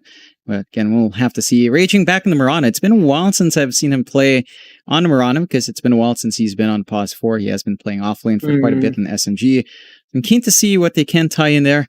I mean, if you look at this as a Mirana game, does this look like an amazing Arrow game to you? You don't really have the most stable setup, right? Right, I was thinking of that same. I was like, you know, I mean, could Cuckoo set you up for an Arrow? Possibly. He's got slow. That's really not much to work with. So we might see a bunch of whiffed arrows from Raging Play. Not his fault, just because the enemy team there's no real way to hold them down long enough for an arrow to be useful. So yeah, not loving this last pick, Piranha. However, T1 on paper the better team. They might be able to just take it no matter what they do. And we'll have to see if they can bring out that experience. Yeah, and of course Polaris backs against the wall. No forgiveness here. If you lose, you're out. You want to make it to Genting, you want to make it to Resorts World over there, play in the tournament, see the fans, of course. So we'll have to see if Polaris can somehow force out that game 3. So do get into the game already here. Some nice stats from the Zeus. I think 72 wins, 29 losses. That's insane on Whitemon. Meanwhile, Force on the Enigma has 5 wins in a row. Then you find out like his last game with the Enigma was like 6 months ago. But still, he's got 5 wins in a row. That's still pretty impressive. Yeah, you know what? Going back to Force, I don't recall too many Enigma games from him the last time he was on Polaris. So I'm keen to see if they can maximize that here or there in the off lane. And you have an early smoke out from both sides. Carl's will fade. So spotted on the low ground. Nice forward ward here from Polaris to cut off any aggression. Should be a smooth time just finding these initial runes. Overall, I mean, you're looking at Whitemon and the Sports Zeus, right? Like we talked about that flexibility come out. Zeus Doom lane seems interesting, and Gabby might be going for a switcheroo. He's already camped down bot, so running the safe lane Doom on the off lane and giving Cuckoo the top lane with the Zeus. Like, it's a lightning teamed lane though. Razor Zeus, right? I was like, you're gonna go up there. If you're a melee person, you're gonna hate this. But Enigma should fare fairly well in this. You know, you can just deny creeps and go to the jungle. Not too early, of course. Zephyr, Xavius, my bad. He would suffer if he was top. You know, you go up, you a couple lightning bolts to your butt, one for each cheek, and you'd be like, all right, that's enough. You know, I've been electrocuted too many times. And Xavius arrow dodges it. Good for him. And it's going to be just a 2-for-2, nothing crazy here in terms of bounty runes. It's an even trade. We'll want to take a look, I suppose, at that bot lane, which is a little bit less interesting without that combination. Gabby on Doom once more, playing around with Raging Potato on the Mirana. They are up against AU on the Chen and Natsumi on that Wraith King. So you've got the Chen into the Doom lane here. So you've always got the Devour to deal with a summon creep, at least for the first few levels until the higher level creeps come in. How do you expect this lane to go? Because we're seeing Raging trade hits. Is there any one that gets a little bit more aggressive in this lane? Nah, it's just mostly a farm fest. I was going to say maybe AU can take a creep and they can go aggressive on Gabby, but besides the Devour, you can just arrow the creeps as well. So it's, in general, Gabby should be fine. When you Devour, you also have that extra armor, which makes it hard to kill. I can't see either side getting a whole lot of kills in this game. In this lane, sorry. It should end up being passive. Carl's suffering. Do take a look at that mid, and Carl is copping it from Lelouch. And the Cottle versus Tiny, you just kind of stand back with Illuminate. Is there at any point a moment where Carl can kind of put it back to Lelouch here? No. Yeah, I mean, you're too... at least not reasonably. Like, unless Lelouch misplays, it shouldn't happen. As Keeper of Light, you're faster than some heroes without boots. Without boots, you're faster than some heroes who have boots, like the Crystal Maiden. So you're just very fast, you have very long-range spells. Carl should not be able to sort of get his hands on Lelouch. And he can just go and farm side camps. So it should be fairly easy for Lelouch to do well in this lane. Yeah, they do at least manage to block off the small camp. Ooh. Check out the denies coming out from Force. 8 denies in the first minute and a half. That's insane. Yeah, it is the Enigma, right? So he's got the Eidolon Samike around, but that is slowing down Cuckoo's lane significantly. Still not lagging too far behind, at least in terms of CS. Still managing to get some farm, but the XP gain for Razor is pretty painful, right? And the Zeus support. Like, these guys need a lot of EXP to work it. For this lane, for Polaris and for Force and Xavius, do you feel like they might have some angles? Because the Zeus, without that heavily jump, does feel a little bit more susceptible. If it was another hero besides the Enigma, I'd say yes, but possibly, if you can get it. So Xavius, he's might be in trouble, and nope, just jumps away. Should be fine. Yeah. But yeah, if it was another hero besides the Enigma, I'd say kinda, but the stun from Enigma is not impressive level 1, and the Eidolons don't do that insane amount of damage. Cuckoo can, he's fairly decently tanky. He's already got Wraithman because he knows all physical damage, and of course White Monk can just jump. So I don't see a lot of kills happening early game in this game. Oh, Arrow misses on Raging Potato, tries to get the creep. Poor guy. Yeah, just trying to deal with it. Purge creep already up from AU. He's going to be able to get a lot of good damage off just with that. Such an annoying little creep. Just keep chasing. Raging does have the leap away, but would rather not. Tries to snipe the bounty, and AU actually denies it. The arrow does connect, but the damage has been done. Raging's already less than half. Only has the salve to play with. We'll have to use Top it. lane? Top lane, starting to get that jump onto Cuckoo, and they do find that kill. Not much Zeus can really do to save you once the Heavenly Jump is expended. So they do manage to get aggressive. Like they just manage to get on top, and I guess just enough stuns coming out here from Polaris to get that done. Yeah, well played by them, and there might be more where that came from. Whitemon, yeah, guess that Heavenly Jump. Level 1, long cooldown, but not that long. It's such an annoying spell. I don't understand On lane, why. Gabby. Gabby's starting to drop a bit low. The Purge Creep again from AU doing a ton of work. No Devour to clear it out. And it's just melting away at him. He does have the salve to heal up here. And he does have the Frost Creep with the Ice Armor to help him out. So a little bit of sustain. But Polaris are finding a pretty good start here. They're working in every lane. They're getting some good value from that Shen. Top, they do manage to catch out Xavius, but he does have the rebound away. They don't quite have the best control up here with the Zaps and Lightning Bolt mini stuns there, but it's not particularly amazing. Yeah, he also had the 21 magic wand. Whitemon. Oh, okay. I don't know if that was on purpose or not, but he dies. Like that's a little unfortunate. He's going to be leaving Cuckoo all by himself for the next 20 seconds here. Probably just looking for the reset out of mana, so figures he can't really do much in lane as a support. Doesn't really want to trade right clicks, give that opening out. That's true. So, a bit of a reset. That does allow a little bit of a pull here as well for Polaris, so can be able to control the lane a little bit better. So far, not too much action yet. We see Raging rotate, but AU's there to match the movement. Raging suffering on Mirana, still level 2. AU's actually level 3 now from all his presence. And Gabby is getting close to that level 6. He's already level 5.25, so he should be getting there before Natsumi, which means that with the Doom, he could be able to get a kill before Natsumi gets his reincarnation ready. Oh, dispose up top onto Cuckoo with a rebound up, and it doesn't take too long for him to melt. Output starting to amp up here on the side of Polaris, just playing with a rebound and the Malefice with a dispose, and with enough Eidolons, you still melt down a Razor.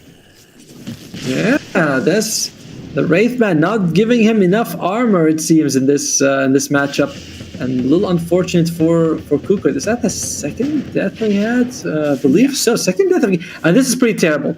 Like, this is a Razor. He's first in lowest CS. This is a hero that does not farm exceptionally well, and he's behind. This is, it's 1k advantage for Polaris. Doesn't seem like it's kind of a disaster for Cuckoo though.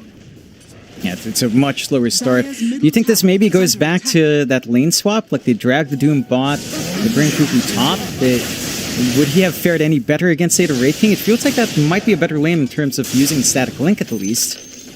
I think so too, right? It's like Gabby has sort of more raw HP, and Cuckoo, is he gonna be okay? Disposed again. Oh boy, just that output. Look at how much damage they do with that sidekick, even at level 1, enough to melt. Carl does show up, has the Avalanche Toss ready, trying to make a play with Xavius. We'll have Rebound and Dispose ready soon. Avalanche Toss doesn't quite connect in the way you'd want to, and suddenly Carl's the one in trouble. Tree Toss away, damage is not enough. And Carl's actually copying a lot of damage. Jump forward from Xavius, trying to go into Whitemon. Heavenly Jump is still there to save. Carl resets for that regen.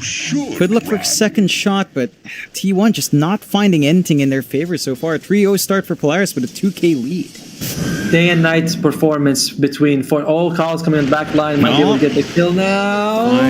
Force with a toss. So tosses creep back, but Xavius is still ready to punish. Leaps forward, has to dispose. Lelouch is showing up as well, but isn't even necessary with the Eidolons.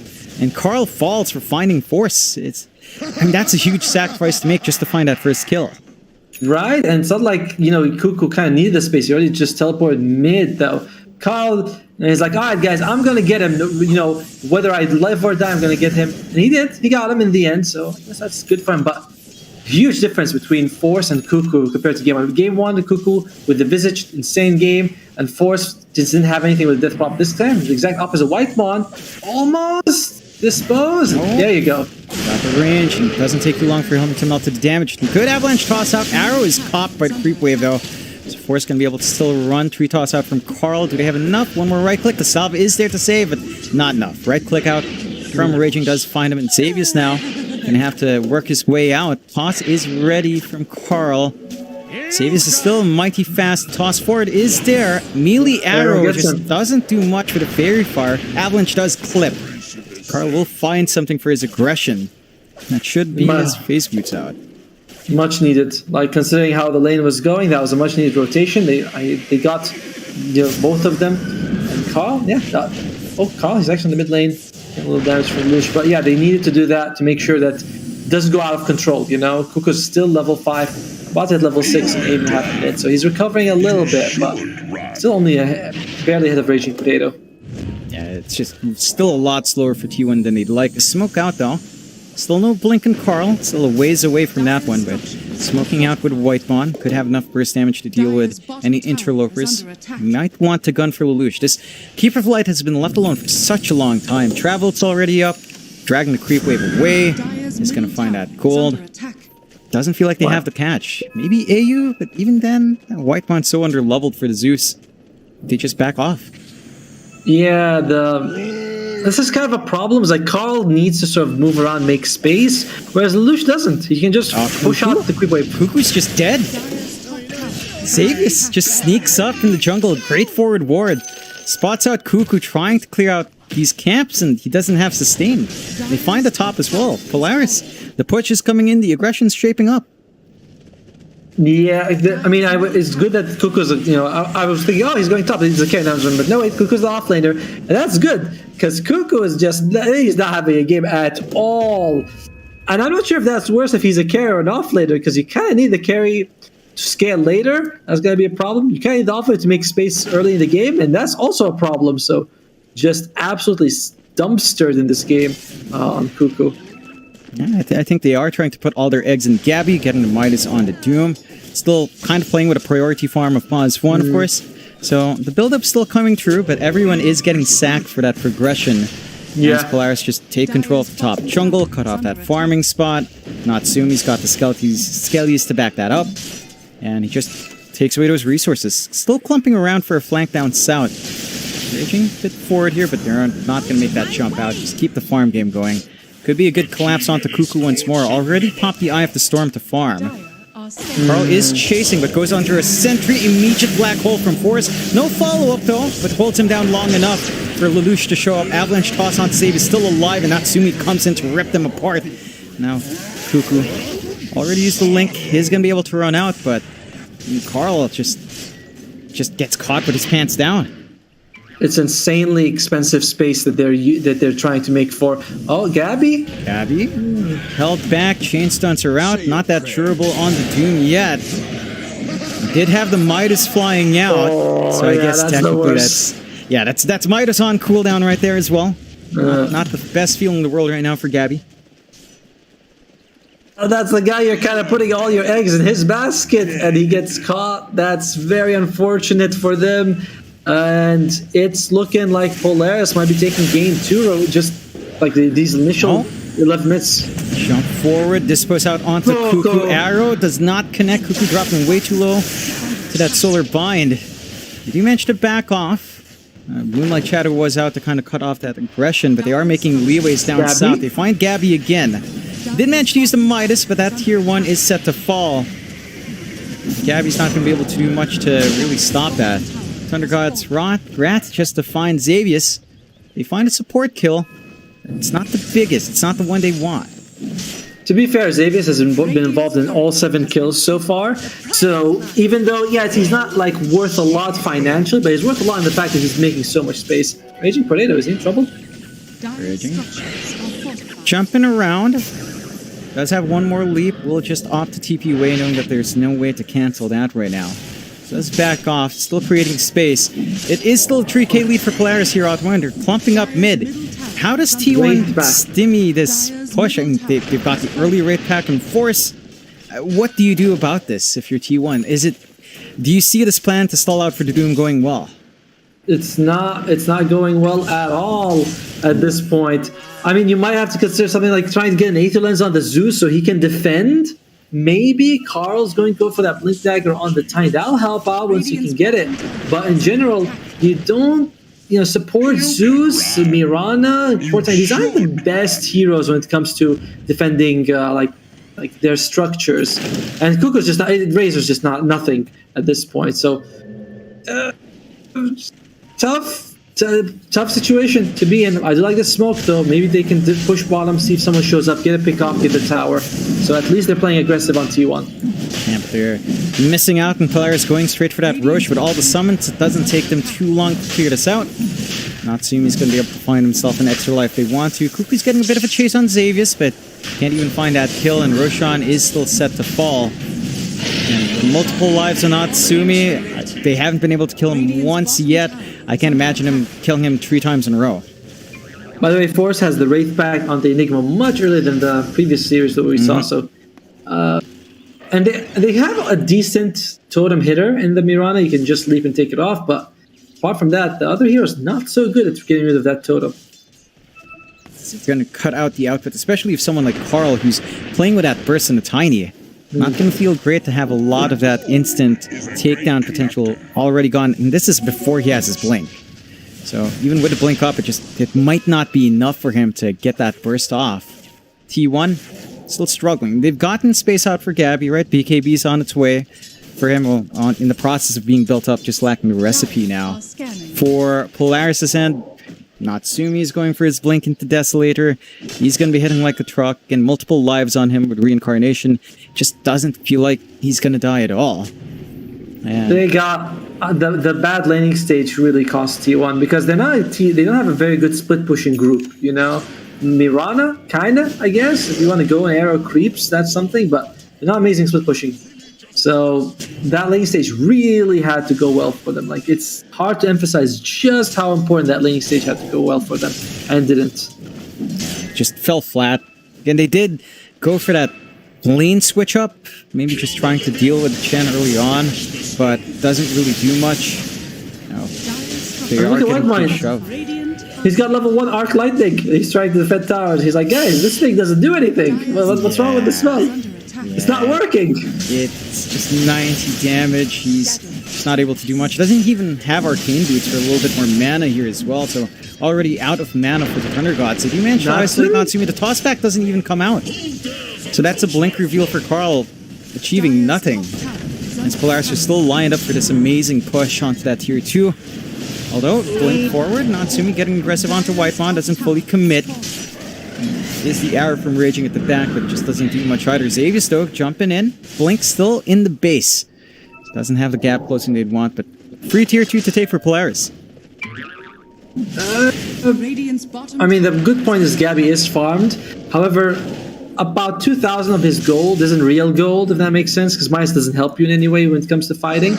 So you are looking at a Doom with around 6 points, let's say 7,000 net worth, placing him kind of behind the Enigma. And that's gonna hurt. Well, he does have the BKB though, so he can fight, just not all of his gold is completely useful for fighting. At the least you have some protection out, although Gabby's still getting caught out. And not gonna be able to pop that BKB, he's just gone. Solar Bind and Spirit Vessel is enough as Natsumi gets force staff forward, blink on cooldown for a bit longer. Cuckoo, no! Cuckoo's going to be chased down, trying to juke around. Does get spotted and unceremoniously killed off by Lelouch. Another one bites the dust for T1 as they are keeping a chase up top. Keep Xavius alive, they find Whitemon. Hand of God flying right in the nick of time for AU. And all across the map, T1 are just taking losses here. Greedy Draft being punished here by T1. The stun's not very impressive from the supports. You have an arrow, no setup. Yeah, it's tricky. I mean, this Blink and Carl just hasn't been doing anything either. The BKB was there, and Gabby can't use it in that situation. If you're T1, what's the call? You're 5k behind. It's not the most unplayable, but the map state certainly leaves very little room for T1 to breed here. Cuckoo he's gonna take some damage. I mean, you gotta wait for the Aegis timeout. That's a minute left. You can't take a fight with the Aegis on. And if you going forward, Natsumi gets a stun onto Cuckoo. Solar Bind again. Cuckoo just melts without BKB. Avalanche toss back. Cuckoo is safe, but Xavius jumps forward, finds that kill. Whitemon trying to stall. They get 1 life on the Wraith King. That is a reincarnate. And that is a bit of a longer cooldown. Will still be on cooldown once the Aegis fades, so they could try to wait for the next 40 seconds. Moonlight out though. Might look for the re-engage. They find AU, but even the Chen might be a bit too tough for them to handle. And just kind of forced back. Tier 2 still open to be shoved in as Natsumi jumps forward again, finds Raging Dispost out into the Illuminate. Raging does manage to leap away to 1 time. He's going to be able to get himself out to safety. And it's looking dire for T1. They just get dropped. And the confidence from Natsumi, it's hard to stop this Wraith King.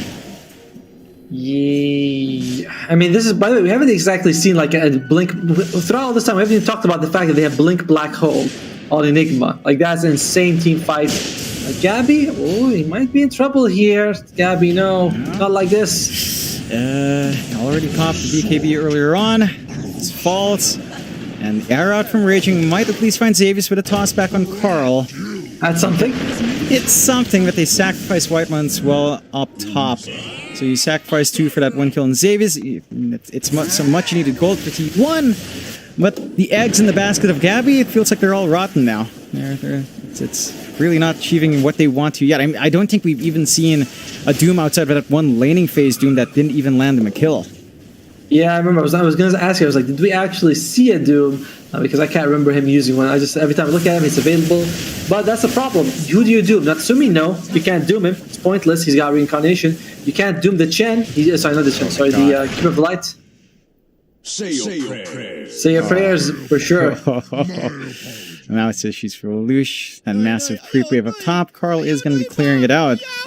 So, should stall that push just a little bit. Going ready is given. But, I mean, that's just AU Natsumi with his summon is getting a good clear, getting that shove in on that tier 3 up top. What a clean game, by the way, by Polaris. Like, they just played everything perfectly. Alright, Zeus does have the Aghanim Shard that does give you a ton of damage. Like, it's percentage, so it doesn't matter how far behind you are. He's going to be doing a significant amount of damage. This is a smoke. Realistically, T1, you only have a couple of chances to catch people and turn this game around. There's not much game left to play if you're losing at this rate. Yeah, they got the good scan checking that top jungle, but they don't manage to work their way up there, and then all that downtime, just this continuous push from AU. The tower is just completely gone. Recall the creeps out of there. It's just gonna be fine. This cancelled off. They will be able to farm a little bit with Whitemon, but nothing of value is lost. Dispose out from Xavius, catches out Cuckoo again. He has the BKB to get it off.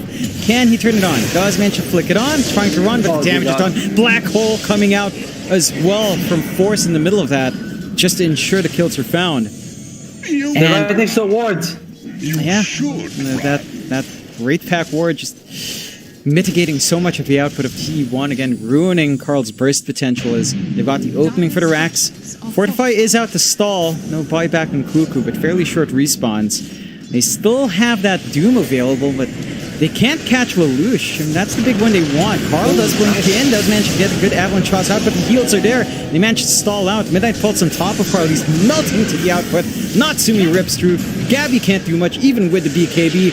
Forced to run away, gets whipped by Natsumi, stunned up. They do find Xavius on the side, but Raging gets clipped away, and Natsumi with 1 big crit to seal the deal. Forcing the buyback out. Cuckoo is back up and running. BKB of his is still on cooldown. They just re-engage in Polaris, rip right through. He's gone again for 40 seconds. As T1 they don't have angles. Look at Natsumi just blinking all over the place, finding these kills 1 by 1. And T1 are forced to call the GG. Polaris rising up from the ashes here for game number 2, Autumn. Like a phoenix, they did it. And I mean, the way they kept that aggression in the top lane, a lot of credit goes to Xavius being able to catch Cuckoo multiple times. I think they killed him like, what, 3 or 4 times during the laning phase alone? And that shut him down, because that's your I was wondering, like, is it worse if he's an off lane who's shut down, or if it's the carry that's shut down? Either way, Razor being shut down is massive. The hero does not flash farm well. Hero needs a lot of farm to be useful and gets most of it in the laning stage. Like, you have to have a good laning stage. Gabby wasn't joining fights with the Doom. It was all on Carl to do a good job at that game. And as much as he did, like 4-3-2, considering the game they had, that's very respectable. It's not enough. The Polaris, Xavius, MVP, and Force also with the Enigma. Like these, it's all down to the top lane. The top lane just went way too good for Polaris. And we saw again T1. I just keep going back to that point, but they went for that lane swap. I mean, do you think they could have had a better game if they didn't swap those lanes? Would that have repaired that slower start they had early on? I think so, because I'm not sure that like Shen Wraith King, was that going to be killing the Razor a lot? It's questionable. You know, you never know what happens if you go the other way. But yeah, maybe like that Marcy as well as the Enigma just absolutely shut down the Razor. So maybe they could have swapped it down against the Wraith King. I think they could have done a little bit better. We'll see if they do manage to repair. There is still one game left. The scoreboard is tied up now, 1-1. So Polaris do manage to keep themselves in the running here to go into Genting. And we'll see if they have what it takes to knock T1 out. Be a bit of a short break, but it is John X for an Optima, and we'll be right back for that game 3 reaction in a moment.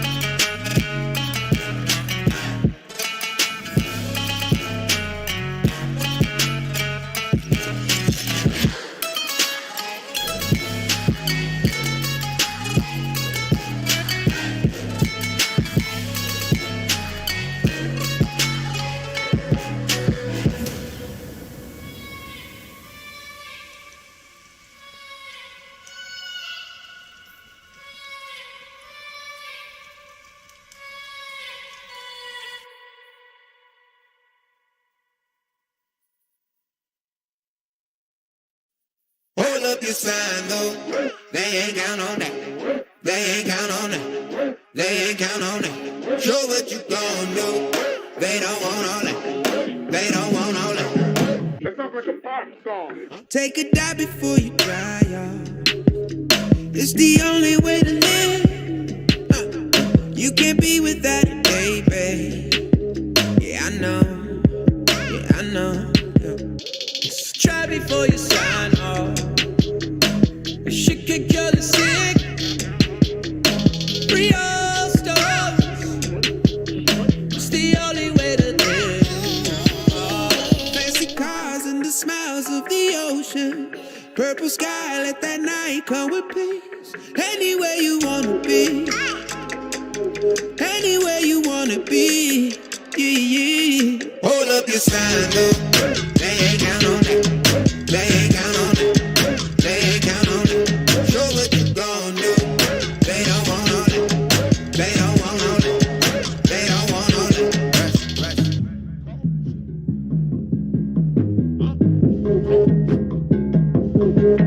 Pick up panel to be right on. Yeah. 'Cause no one really gives. Don't look back, I'll keep your eyes on. Long ago. Doesn't matter what it come from. Never gave you shit. Real soul. Let it take a hit. Hey. Who's getting high on emotion? Look around. People fight all their life for some peace. Yeah. Look around. Fancy cars and the smiles of the ocean.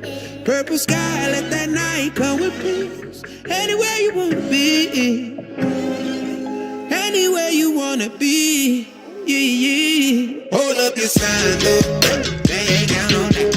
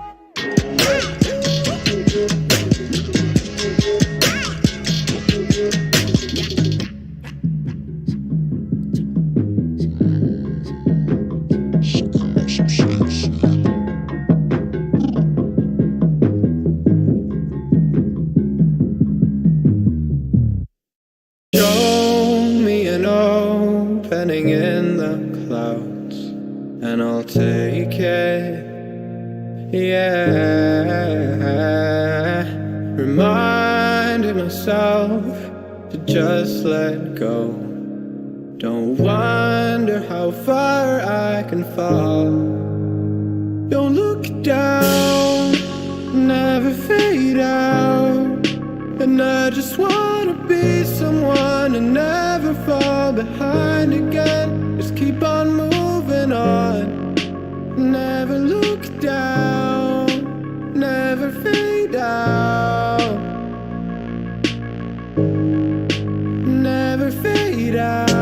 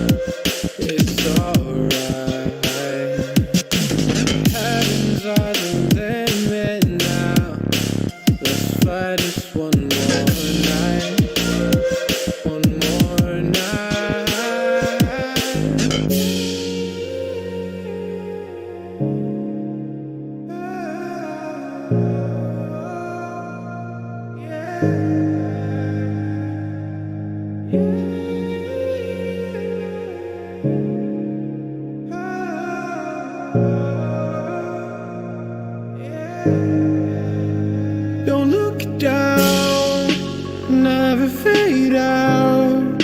And I just wanna be someone and never fall behind again. Just keep on moving on.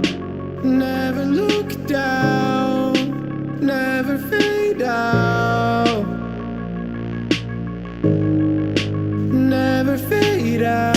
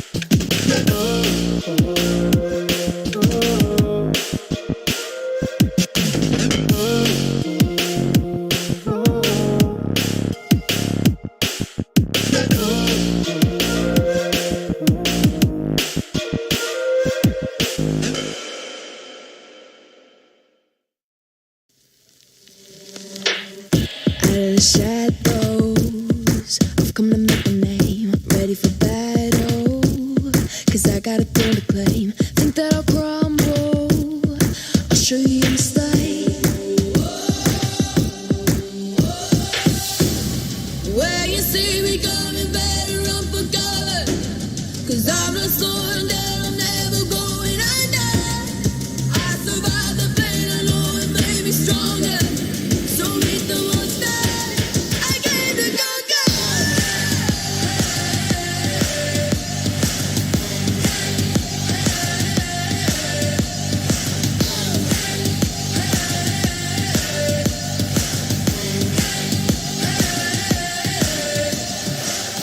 When all the smoke clears, I'll still be on my feet. Forget all of my fears, cause I know my destiny. I feel a champion waking inside of me. It's in motion, the legend's spoken. This is my moment. Can't break my focus, know where I'm going. This is my moment. Where you see me coming, better run for cover, cause I'm not slowing down, I'm never going under. I survived the pain, I know it made me stronger.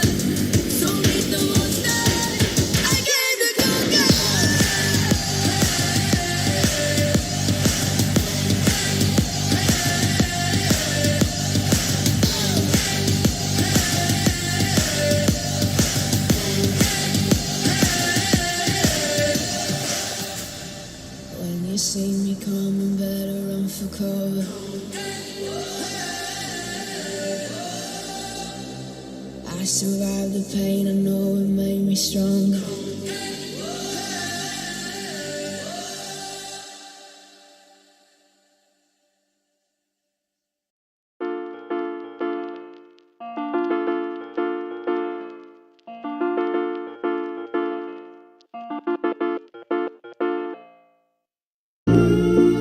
Wish we could learn how to love our mistakes. Straight from the jump and not wait for an answer. Wish we could smile, which is rough nowadays. Change our reactions.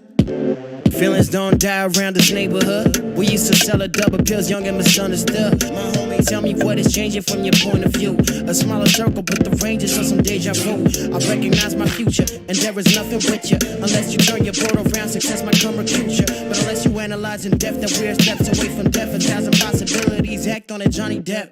For real. Cause we're lonesome childs, trying to know what father brought us down in here. I don't wanna be stuck in countless doubts. I just wanna smile and run away from here. I swear to God, man, I just wanna be a model for my brother.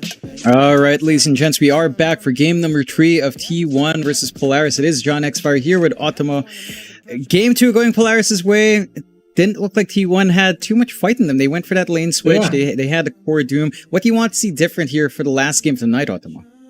I think a more standard draft from T1. Like this core, the carry Doom is a little out there, you know. I thought everything else was fine. Maybe something to also keep Cuckoo alive, because it was greedy, you know, with the White Monzeus as well. Like there was just a lot of everyone needs money, everyone needed gold, everyone needed to farm, you know, and it was just too much for them to handle. And you can see Polaris, they're like, oh, just go, just keep fighting. What's Gabby gonna do? He's got no one to do. We have all this sustain, they have no damage. So I'm looking just for more standard, because I still believe T1, at least on paper, slightly better team. They play standard way of Dota, they should be fine.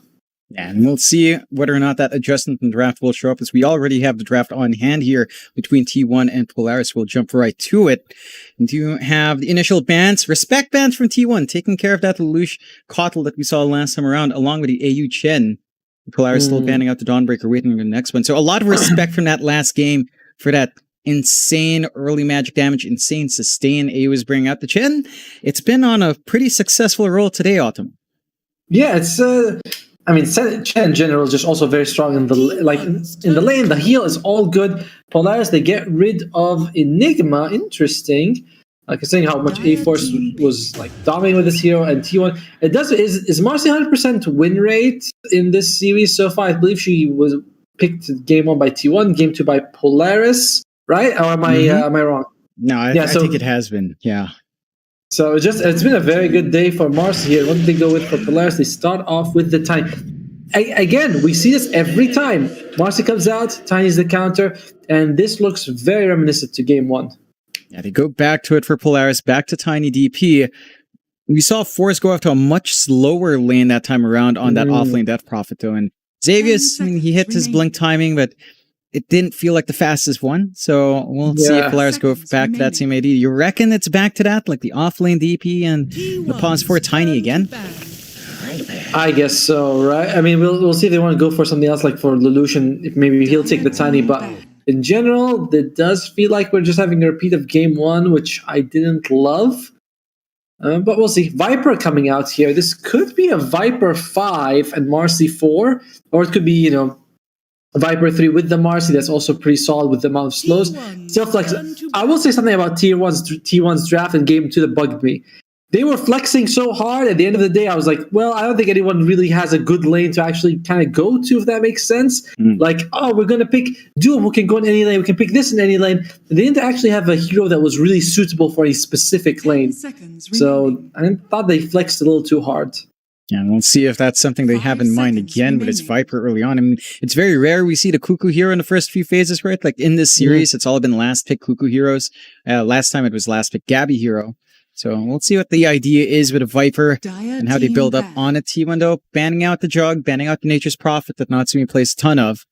Polaris just respecting Whitemon once more, taking care of that Winter Wyvern that had so much impact in game 1. For T1, what kind of ideas do you want to see from the draft? And we've got some aggression out with the Marcy Viper. Anything else you'd like to see kind of built on that? They might be going for some sort of heavy physical right-click damage on Polaris Esports because they do ban the Winter Wyvern. So they might be like, oh, we'll just take like a TA and life, like a lot of heavy right-click. So T1 might consider something a bit tankier. We have we have talked about the Mars, but Mars just get banned. For T1, the Viper is pretty good though. Viper is pretty good if you're up against that physical right click, but maybe something a little bit like I was gonna say resistant to physical damage, but there's not a lot of that. And Polaris goes with the Warlock here. Lots of sustain on this team. A lot of sustain here. It's gonna be quite hard for T1 to bring them down because both Viper and Marcy take a bit of time to do their damage. Yeah, it's just back to that sustain. We saw again Scam earlier today, but the effect of the Warlock, how great that healing can be.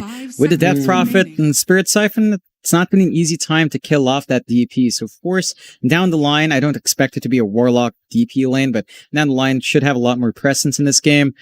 Fatal Bond sounds pretty good here as well, right? If you are running, say, a Lelouch Tiny, if they're all clumped up, Fatal Bonds plus Avalanche Toss, could kind of take care of T1 really quick as well. So I think clumping up for Polaris. I think a Brewmaster might not be so bad for T1 because you do get that AoE Dispel, which would be pretty damn solid to have against the Warlock once he's throwing out those heals to the team, with a Shard. That might be something they consider going for, or putting people out in the air, just get rid of the Warlock to begin with. So I kind of like the Brewmaster here for T1 because Oracle for Dispel, not really a thing. They might consider going Enchantress, but then you have to Dispel sort of like one person at a time. Once the Shard comes out for Warlock, that's not as good. So I'll be interested to see what they go with here. They go with... okay. All right, so into the Gabby Morphling that he had... he had a great run of the Morphling in his time in TNC. That was when his old Ags allowed you to turn into your allied hero. Not quite the same now, but still a respectable Morphling player, of course. And we do see that Carl Puck we were talking about in the last game as a potential pick. So Carl gets his specialty out. I like it. I like that he's got such a playmaking hero on the puck. It does feel like, like we said, Tiny, you need a Blink Dagger or something to get active, whereas sometimes you just want to have a mid laner who's like, I want to be active for mid 1, basically. And Chaos Knight comes out. I'm not a fan of this Morphling pick at all for T1. In general, I feel like Morphling is in a pretty garbage spot in general, and he might be able to lane kind of well. But if he's up against Tiny, he gets to take a huge amount of burst damage, silence from Death Buff and die. Just not a big fan of this Morphling pick. Yeah, it doesn't feel very secure. I think the one thing you might have for T1 is at least the hold isn't amazing from Polaris, right? Like, especially for something like Puck. So Carl should be able to weave in and out, but it doesn't feel like a great Morphling game for the reasons you pointed out. It's not going to be too easy for Gabby to maximize here. And I love, a while ago you were talking about the CK for Polaris. It does come true here. Likely or not, Sumi hero on the safe lane. It doesn't feel like they have the greatest wave clear to deal with those Phantasm illusions, especially as they get tankier. No, I mean, at one point they'll be just kind of unkillable. You still have a decent amount, with the waveform, with the rebound, with the puck spells. They're all AoE, so it's not too terrible. But like you said, later on in the game, very hard to deal with them. Both teams, sorry about that. Both teams kind of banning offlaners. Polaris thinking that this is going to be a support Viper, and I kind of agree with them. I do feel like a support position 5 Viper is kind of what Morphling needs, Put Morphling put the Viper in the front line, let poison attack, just harass, and Morphling can free farm. Yeah, that could be something T1 goes for. Again, staying in the pattern of last picking either the Gabby or Cuckoo here should be Cuckoo for this game out. Do you see anything that can tie this in for T1 in the offlane? If you see the Visage and Timbersaw banned out, anything else that can maybe help them handle that CK early on? I was actually going to say the Visage would have been a good pick for them. I don't know what they could really go for. Dragon Knight might be something they need. They need some sort of front line. I keep saying front line because that's really a lot of what it goes. But you can't have Mars to jump in without vision. Same thing with the Viper, same thing with the Puck. Morphling is not doing, so you do need someone like that. I'm thinking the Dragon Knight, because there's a lot of physical damage on Polaris that the Dragon Knight could sort of hold his own against. Yeah, that DK could still fit in for Cuckoo on the off lane. Only a few seconds left for them to pick into this reserve time here. Team pick. And we'll go to Razor once more. So Cuckoo Razor coming out again. Support Viper, support Marcy, likely the outcome. There's some flex. You could maybe run the support Razor instead with a Viper core off lane. So you can kind of switch your hands around, but doesn't feel like they'll do that. Does this cover the gaps for T1? Is this a tanky enough frontliner to kind of cop the damage here? Remaining. No, I think I don't like it, this Razor pick at all. I feel like, you know, who are you gonna static link? Chaos Knight and his 4 brothers? Like they're just, you know, you can't take out one guy, the rest will all kill you. Death Prophet, her damage is not from right click. Warlock and Tiny don't care. So I don't like this Razor pick at all. T1, obviously they can win this game. Like, you know, we might look like fools later, but I do not like this draft. Morphling takes too long. Razor, if he has a bad lane, we just saw what happens.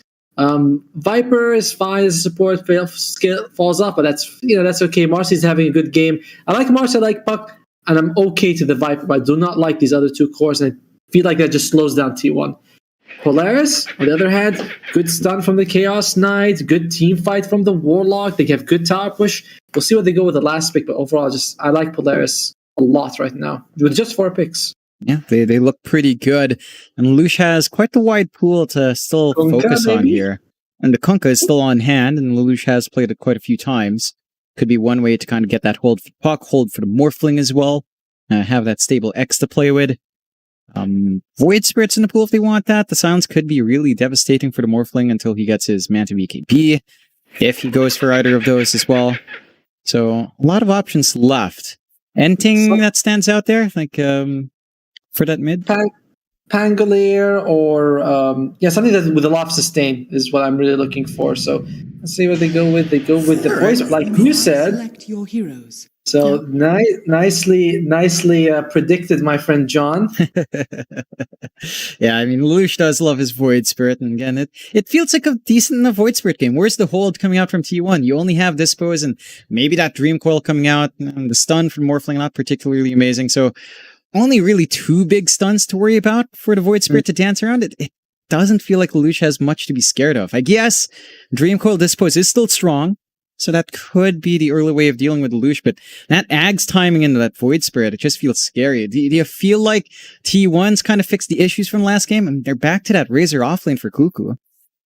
I feel like the issues are worse, honestly, in this game. But Gabby on Morphling, the hero may be garbage, but as you mentioned, back in the TNC days, I actually played with Gabby once in a pub game, and he was Faceless Void. We were up against a Morphling Earthshaker combo, and I was playing Keeper of the Light. He's like, all right, just use your chakra, and I'll show you how you can beat it. Chakra on me, and then I'll show you. He would walk in, force them out, and walk out. And this was before Backtrack was there.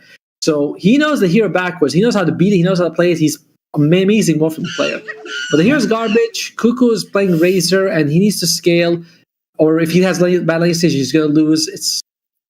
I don't like T1's draft. I think it's a little worse than the previous game. Well, the same value as previous game. Let's be honest, Doom was pretty terrible in that situation. Yeah, that wasn't the best showing at all from both Gabby and Cuckoo, to be fair, in game number 2. So we'll see if they can find some redemption here and stay on that path to Genting. Polaris, of course, looking strong. I mean, they looked a bit wonky game 1, bounced back in a big way in game 2. And here we are with a draft that I think you and I can agree does look a bit better here for Polaris. So T1, backs against the wall. These guys, all veteran players, but same thing for Polaris. And this little Rambulan of ours, Polaris, kind of hitting back well. So we will get into that game number 3 now. So what are things to watch out for? Like, what early timings are important for T1? Because in my eyes, I only really see Carl setting their tempo early game. Yeah, that's pretty much it, right? Polaris has a lot more to work with, though. Like, even the Golem comes out, when Warlock has 6, that's a big team fight. When Void Spirit basically hits 6, he's also going to be able to go in and out of fights. Exorcism means that you can start taking towers. There's like a Blink Dagger on Tiny. What's going on, man? I mean, it's a Rambulan, you know, the 2 Filipino teams, mostly Filipino teams fighting up against each other here. And White Pawn getting called out by Lelouch for some reason. Cuckoo does break the smoke, but they still find Raging Potato with a chain stunts, avalanche, and the little Chaos Bolt. Raging does have the rebound out. It's going to be fine, but the rundown's still there on Polaris. Still looking for someone. T1 does back off in the nick of time. So no first blood bonus for Polaris, but yeah, it's funny because Cuckoo was just all chatting the Noi Noi voice line of Polaris, because I guess he doesn't have it, so he's trying to join in on the fun there, just typing it manually, you know? So what does it mean, Noi Noi? Noi is like you're calling for a person, you're calling for a guy you see. Noi Noi, and the rest of the lines, Ayo Noiba, Ayo, it's like, stop it, stop it. Well, we'll see which team was able to which team is going to want to win. Who's going to win this? Which team wants it to stop at some point? For now, it looks like Polaris starting off with 3 of those bounty ruins. Not what you want to see on T1, especially when you have the Razor who needs farm and say they're the Morphlink. Oh, White Mon, what the hell is he doing here? Yeah, he's really far back there, White Mon. You're on the other team, White Mon. Come on, man. That was an interesting pattern. There you go. The Noi Noi Ayo Noiba Ayo is right there. So don't beat him up. Does get taken down anyway. Early first blood to break the pace here. See how the lanes develop. But that was a little bit awkward. T1 just giving it away. I don't know. Did White Mon be like, hey guys, is this, are we still on the dire side? Like, no, we're not. We're on the other team now. But a very interesting first blood to give away, and I think, at least going to Xavius, not Lelouch, but still, terrible for time to give away first blood. Yeah, that was not ideal. White Mon again, kind of getting caught out, and the damage shot from Xavius is pretty big. Avalanche shot as well, force keeping chase, and yeah, White Mon can't quite run, forced to Fairy Fire, dead again. What? By the way, this might be something that a lot of people may not know, but Viper's actually, I believe, the slowest hero in the game, 275 movement speed. I think maybe Broodmother is slower at 270. But anyway, he's one of the slowest heroes. And Xavier starts off with boots. He's got, thanks to that first, but now he's got tranquil boots. So he's at almost 100 movement speed faster. Easy for him to land those right clicks. White Mon, walk of shame right now. How sad is this? A Viper walking to the lane. Yeah, it's a very sad sight. Already a slow start for Polaris down bot. And I suppose this is just going to be a bit rough for Gav to deal with. One-on-one against the DT seems fine. Already early rotations out from Xavius. Snipes away the water rune away from Carl. So no bottle refill for him as well. Mid matchup for Lelouch and Carl. We have seen Void Spirit versus Puck, and it does rely on Void Spirit landing those 8 remnants every time and getting some damage off. Do you see any other openings here? Do you think Carl should be the shining hope for T1 to kind of take control here?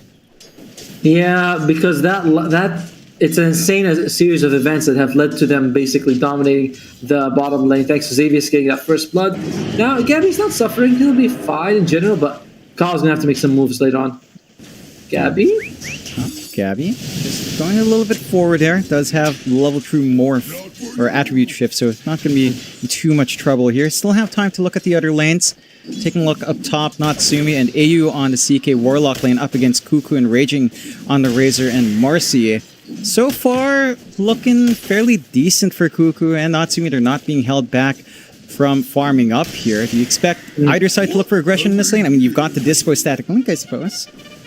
I think it would be definitely on T1 if they want to go for aggression. It's a bit hard because Natsumi's tanky and you have an AU has a heal, so it's not going to be the easiest skill. But if one of the team is going to, because I have to, gun to my head, pick one, I'd say that the Razor and the Mars are definitely a little bit more aggressive than basically any lane with the Warlock. Maybe if he maxes Upheaval. What do you think, John? Is that? Oh, I like the spice there, Otto. I would not advise anyone to max Upheaval first, but that could be one way to catch Cuckoo out with a stunts. The rebound speed is quite high, and you can't do damage when you're tossed back. There's the dispose as well. Lots of damage out from Cuckoo. Natsumi dropping low. Might be able to get the last right click, and they do. Cuckoo finds the first kill for T1 as AU start to drop low here. Might be able to run off. Not a rebound's there. No dispose, but the stick chargers are on hand. The heal's there, but Cuckoo gets double. So there you go for T1. At least the off lane's shaping up here.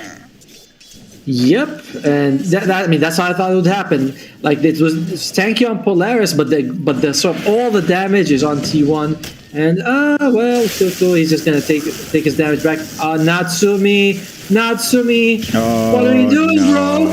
Yeah, runs right up, plasma field out, one more right click. Cuckoo on a spree already. 4.5 minutes in with the tips out to Natsumi, and T1.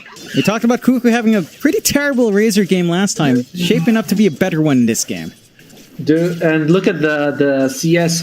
Natsumi's 13th CS only. Another thing is that Force on the top. I'm really surprised they kind of went with this pick again, because game 1 it wasn't amazing. Like Xavier's having a fantastic match, but Death Prophet on Force did not look convincing in the first game.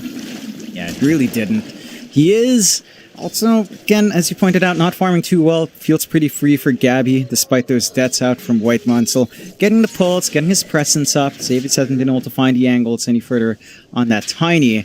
So despite that wonky start, you got Boots and Whitemon. Does get avalanched up, tossed back onto Force with a Spirit Siphon. Will just TP his way away.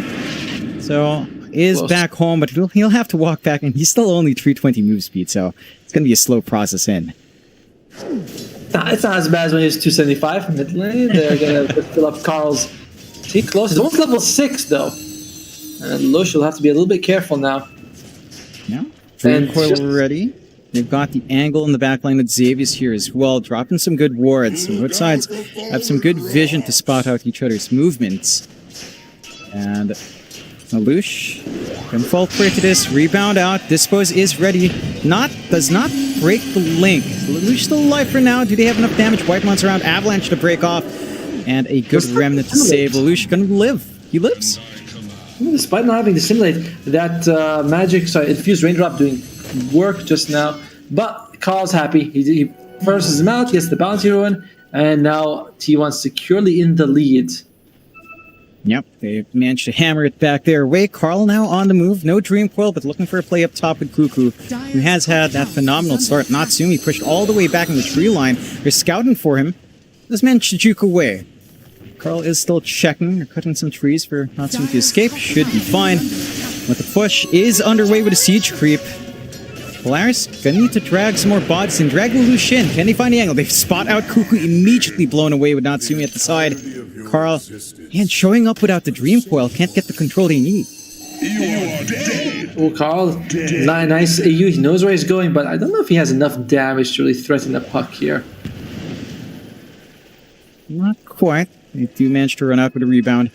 And Polaris finding some punches back and getting some good punishment of their own. Still looking like a strong start for T1. Less than 1k lead their way with a rather even game. And Gabby is managing to get that build-up he wants on the Morph. Morbid Mask already up. A little bit of Life Steal to help with the farm. And just, not being contested by Force. Like, he's at level 6. He has Exo. He's not able to turn around anywhere. Smoke out from T1 with 2 supports here.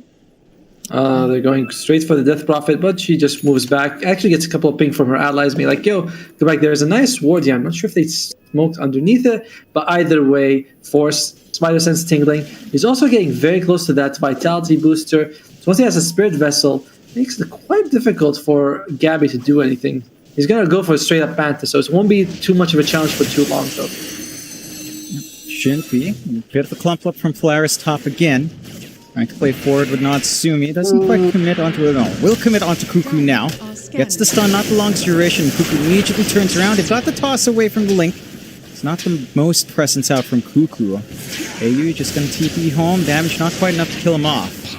No stuns coming out from T1 with Viper support. So, yep. Just going to back away. Still 3-3. With all the movement across the map, do you worry that for Polaris that T1, again, Gabby's just left unchecked here? Yeah, T1's getting exactly what they want. Like, I was worried that this game, with the draft that's happened, it's a little greedy, Razor off lane, more lane care, but no, they're getting exactly what they want. They're all their cores are the top net worth, so they are saying it's on Polaris to do something, they gotta fix the situation, take out one of these cores so they get some breathing room, because the way the game is going right now, it's all in on T1. Like, this 2k net worth lead means a lot more for them. With the win percentage, Is that really 60% for Polaris to win this? That seems kind of crazy. That win graph. Yeah, it's a bit strange, that one, but you know what? The AI overlords aren't frequently wrong. So maybe just favoring that early momentum Polaris still can bring out. I mean, they still have Exorcism they haven't played with here. Polaris going for their own smoke play once more with the Lucian AU. Have the two charges of step up. Just need to gap close onto Gabby and get the chain control off. But it's Raging who makes the first move. Disposed back onto Force. The damage is great, but look at the burst! Gabby! He's just gone. The Fatal Bonds and Creep Wave with the damage from Lelouch is enough, and Raging TPing away, not enough. They get the clean kills. We talked about Fatal Bonds combos. The Void Spirit with the Resonant Pots, he just melts him along with a step. He was full agi. I mean, look at it. He's got 520 health. Yeah, he's got an infused range up, but it doesn't matter. And oh no. That is kind of a disaster. Well, it's fine. I mean, it's just going to be a tower. Gabby, a little too aggressive. They lose lots to me the same side. So overall, T1, not too bad. Not too bad. Oh, but Gabby dying like that is a little bit too over aggressive, going all in on Agi. Yeah, they went aggressive first. They jumped onto Force thinking they could burst him down quick enough. White Mon? Just managed to hold up. White Mon is TPing in for the defense here. He revealed himself as well with another toxic. Other people are coming though. They're slowly TPing down. They managed to get them Carl with a DD.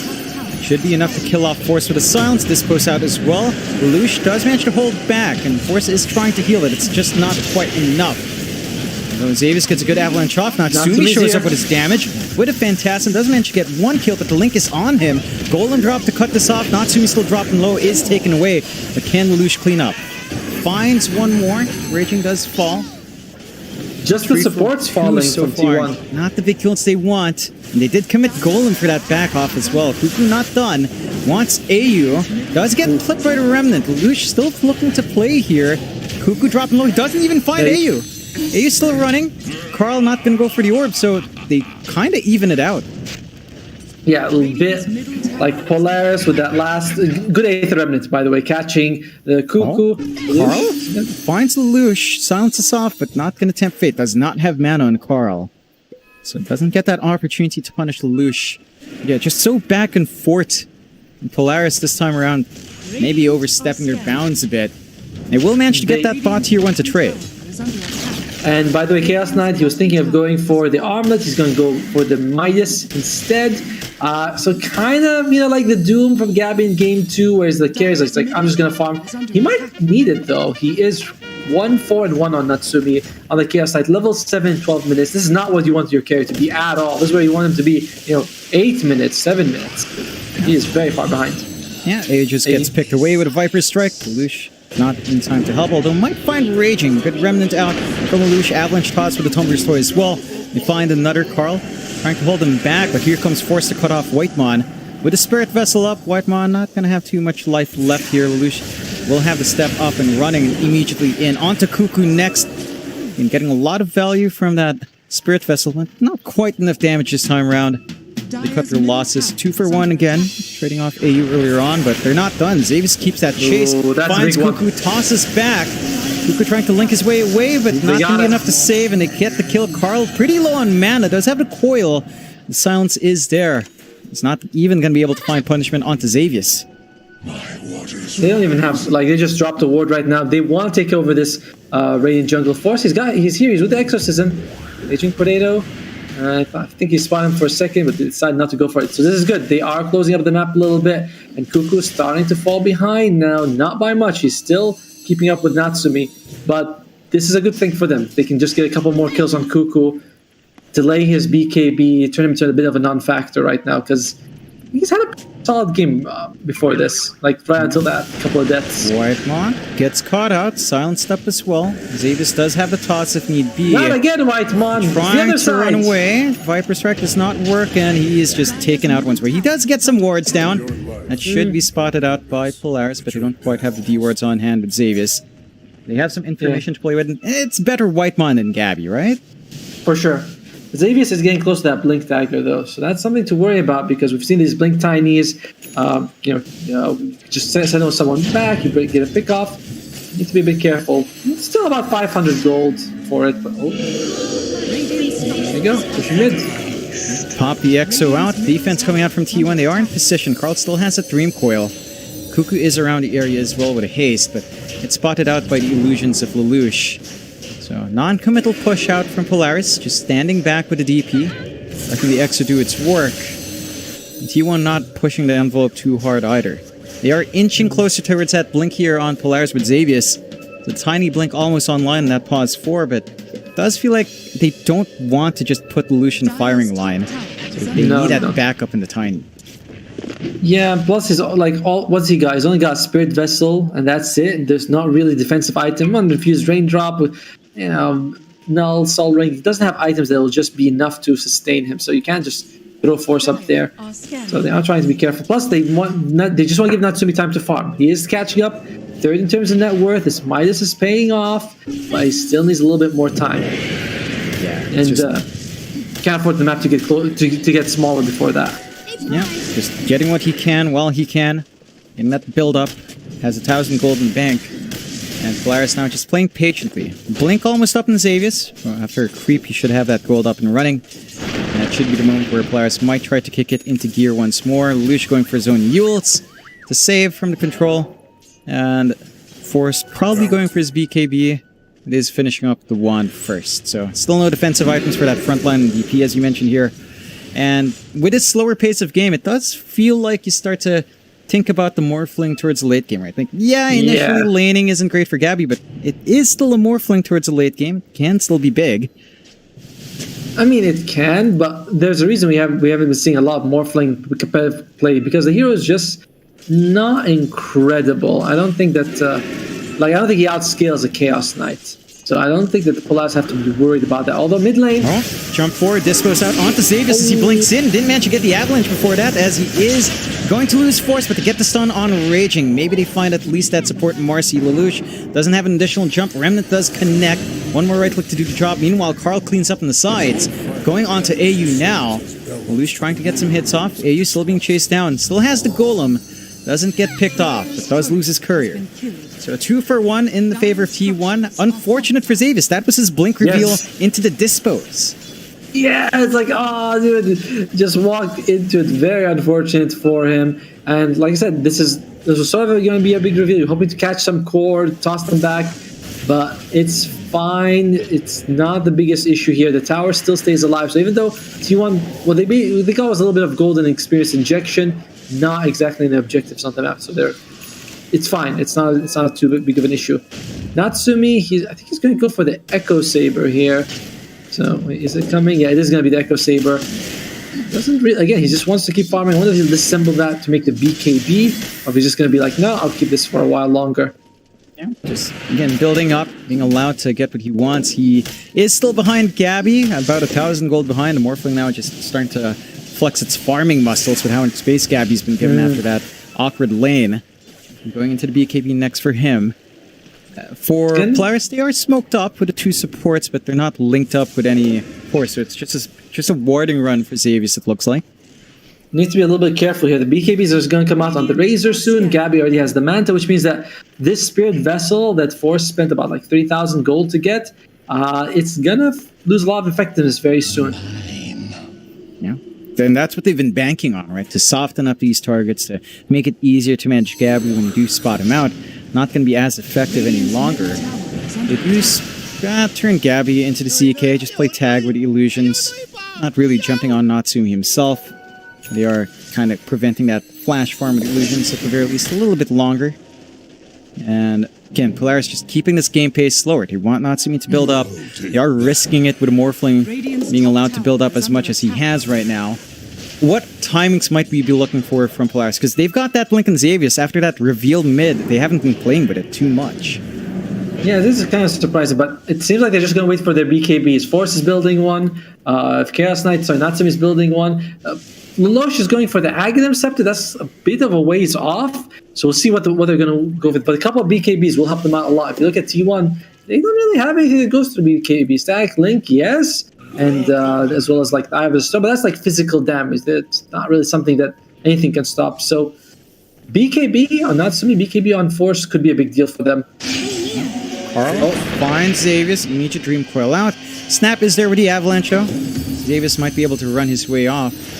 They do spot out Gabby. He does Strength Morph in time, so he's a lot harder to kill off right now. They have the Golem drop, perfectly chain stunned. They actually kill him off. The damage from Natsumi, the crits from the Phantasm is enough to carry them through.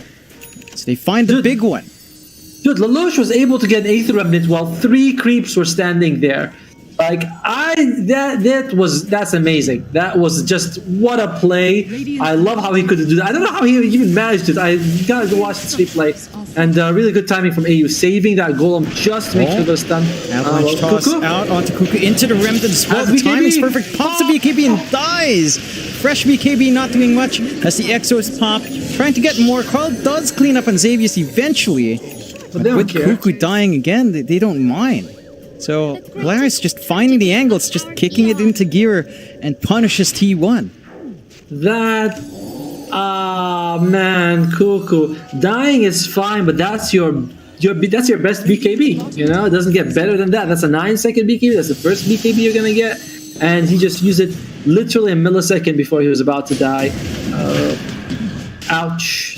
I don't know which one's worse, that or Gabby dying, but either way, they're gonna go for Roshan here. This is pretty sneaky from T1. I like it. And they smoke up, they go into the pit. Sidekick on the Morphling. It's a lot of damage, and he does have the life steal from the Morbid, so not going to be too hard for him to do that. There is a fight breaking out by the Rune, but it is a puck, very hard to pin down for Polaris, and the blink is out from Carl. So he's stalling out well. They're so focused in there that they don't bump in, but Natsumi's checking with illusions, does find that out, and they might find Raging for their trouble. The stun is there, they get a kill, and now they get the opportunity for Roshan.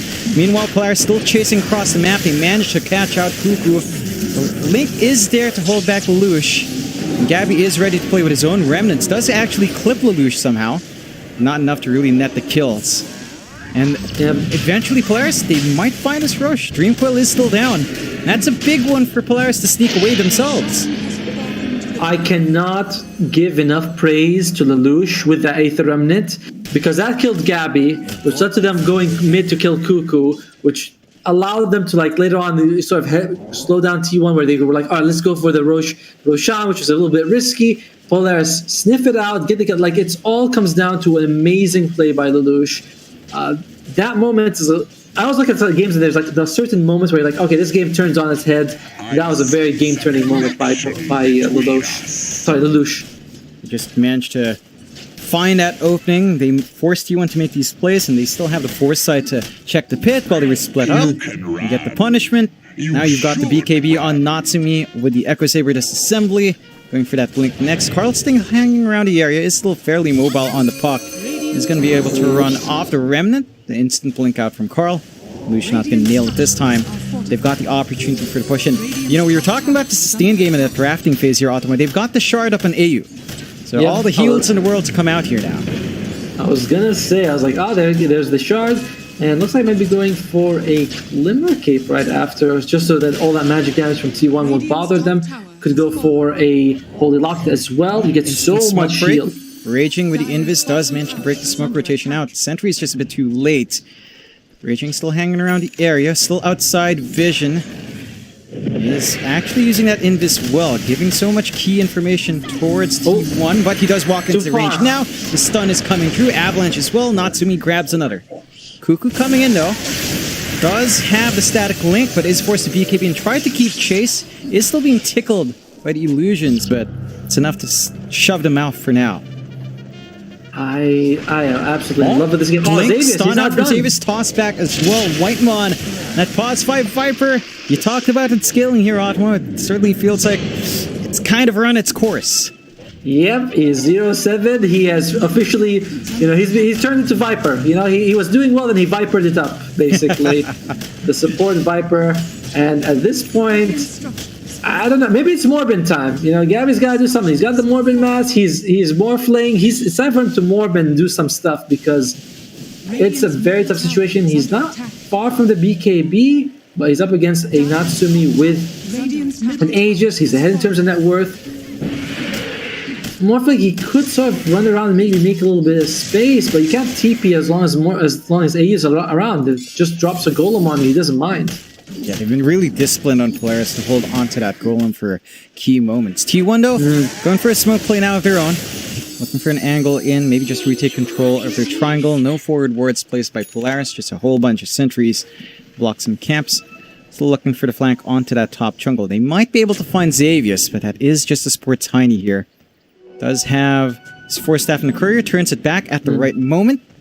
So, a little bit of a movement does not pan out at all for T1 as they're forced to show mid. That mid tier 1 for Polaris still stands. They've not been able to make inways in this game in terms of objectives, and now Polaris is well smoking up. Could find a good flank into the rear all across the map though. So a little bit of a walk for them. But they have a general idea as to where T1's at, because they weren't in the triangle, they weren't in that bot jungle. She might catch out some stragglers. Lelouch ags up. Interesting item, by the way, on the Chaos Knight. He's got the Mage Slayer, so a lot of the magic damage reduced by T1. They already have BKBs on Polaris, so this Puck, it's gonna have problems dealing the damage. Like, he's going for Kaya, he's doubling down on more magic damage, but I don't know if it's gonna be enough. Polaris, are they gonna find him? Can they get the backstab going? No, they catch out Xavius. That gives him the info. Instantly blowing up Xavius. But Natsumi is still in the area. Aegis only a minute left. A bit of a dicey timing for Polaris as they won't engage further. T1 as well, just go for that tier 1 down mid. They finally get some much needed control on the map at least, cutting off a little bit more of that access in the jungle. Do you feel like Polaris has done enough of this, Aegis? Like, only half a minute left here. I think so. I mean, they were able to get the outpost bottom. They only lost Xavius a couple of times. Like, it's not the biggest deal, you know? Getting twacked away. Is still slippery on the Morbling. Blink in 2 seconds. Natsumi's gonna go for it. Holds off. So, still not quite can jump out. And then, again, Lelouch with the Axe. We haven't quite seen him use it in the middle of these fights yet. Invis grabbed up. Silence was there to cut off any counterplay from Lelouch. So, just slipping away. 2k lead still stands for Polaris. At what point would you say the Morphling becomes to start that Morbling, you know, where it's just really hard to deal with? I don't think there's any real point. Like I said, I don't think this hero is in a good spot right now. I don't think that he'll ever outscale the Chaos Knight in any significant way, so there's no point where you look at Gab and you're like, yep, he can definitely 1 versus 5 this game, you know? It's going to have to come down to him and the support staff. You know, maybe you can do something with Carl, with the Dream Coil, like level 25, where you pierce immunity. That's something like that. It's not going to come from Gabby himself, like only Gabby, basically. Kuko is getting close to that refresher orb. It's not, I don't want to say close. He's still about like 1,500 gold away from it, but that could help. Bottom lane, though, they're not waiting on Polaris. Yeah, getting a bit of shove into that tier 3. Phantasm is already down, but not the longest cooldown in the world. Aegis has expired, so protecting Natsumi in the backside. Silence is enough to shove him away.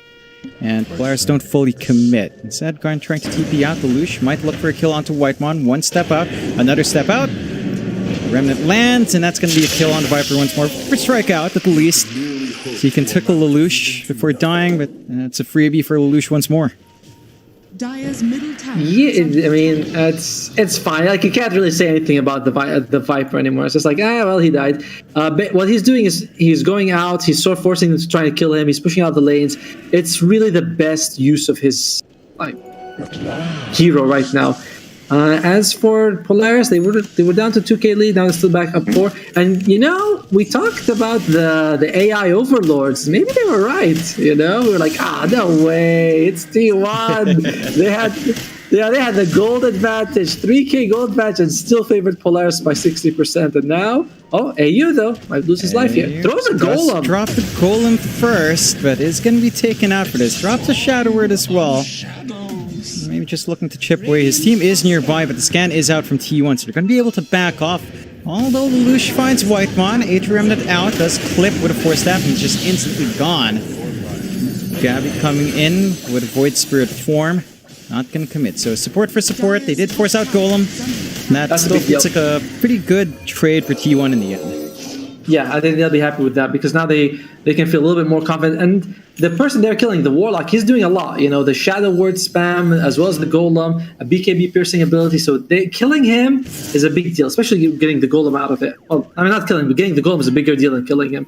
But losing Whitemon, you don't care. Like, he's 0-9. And if he goes 0-15, it won't matter.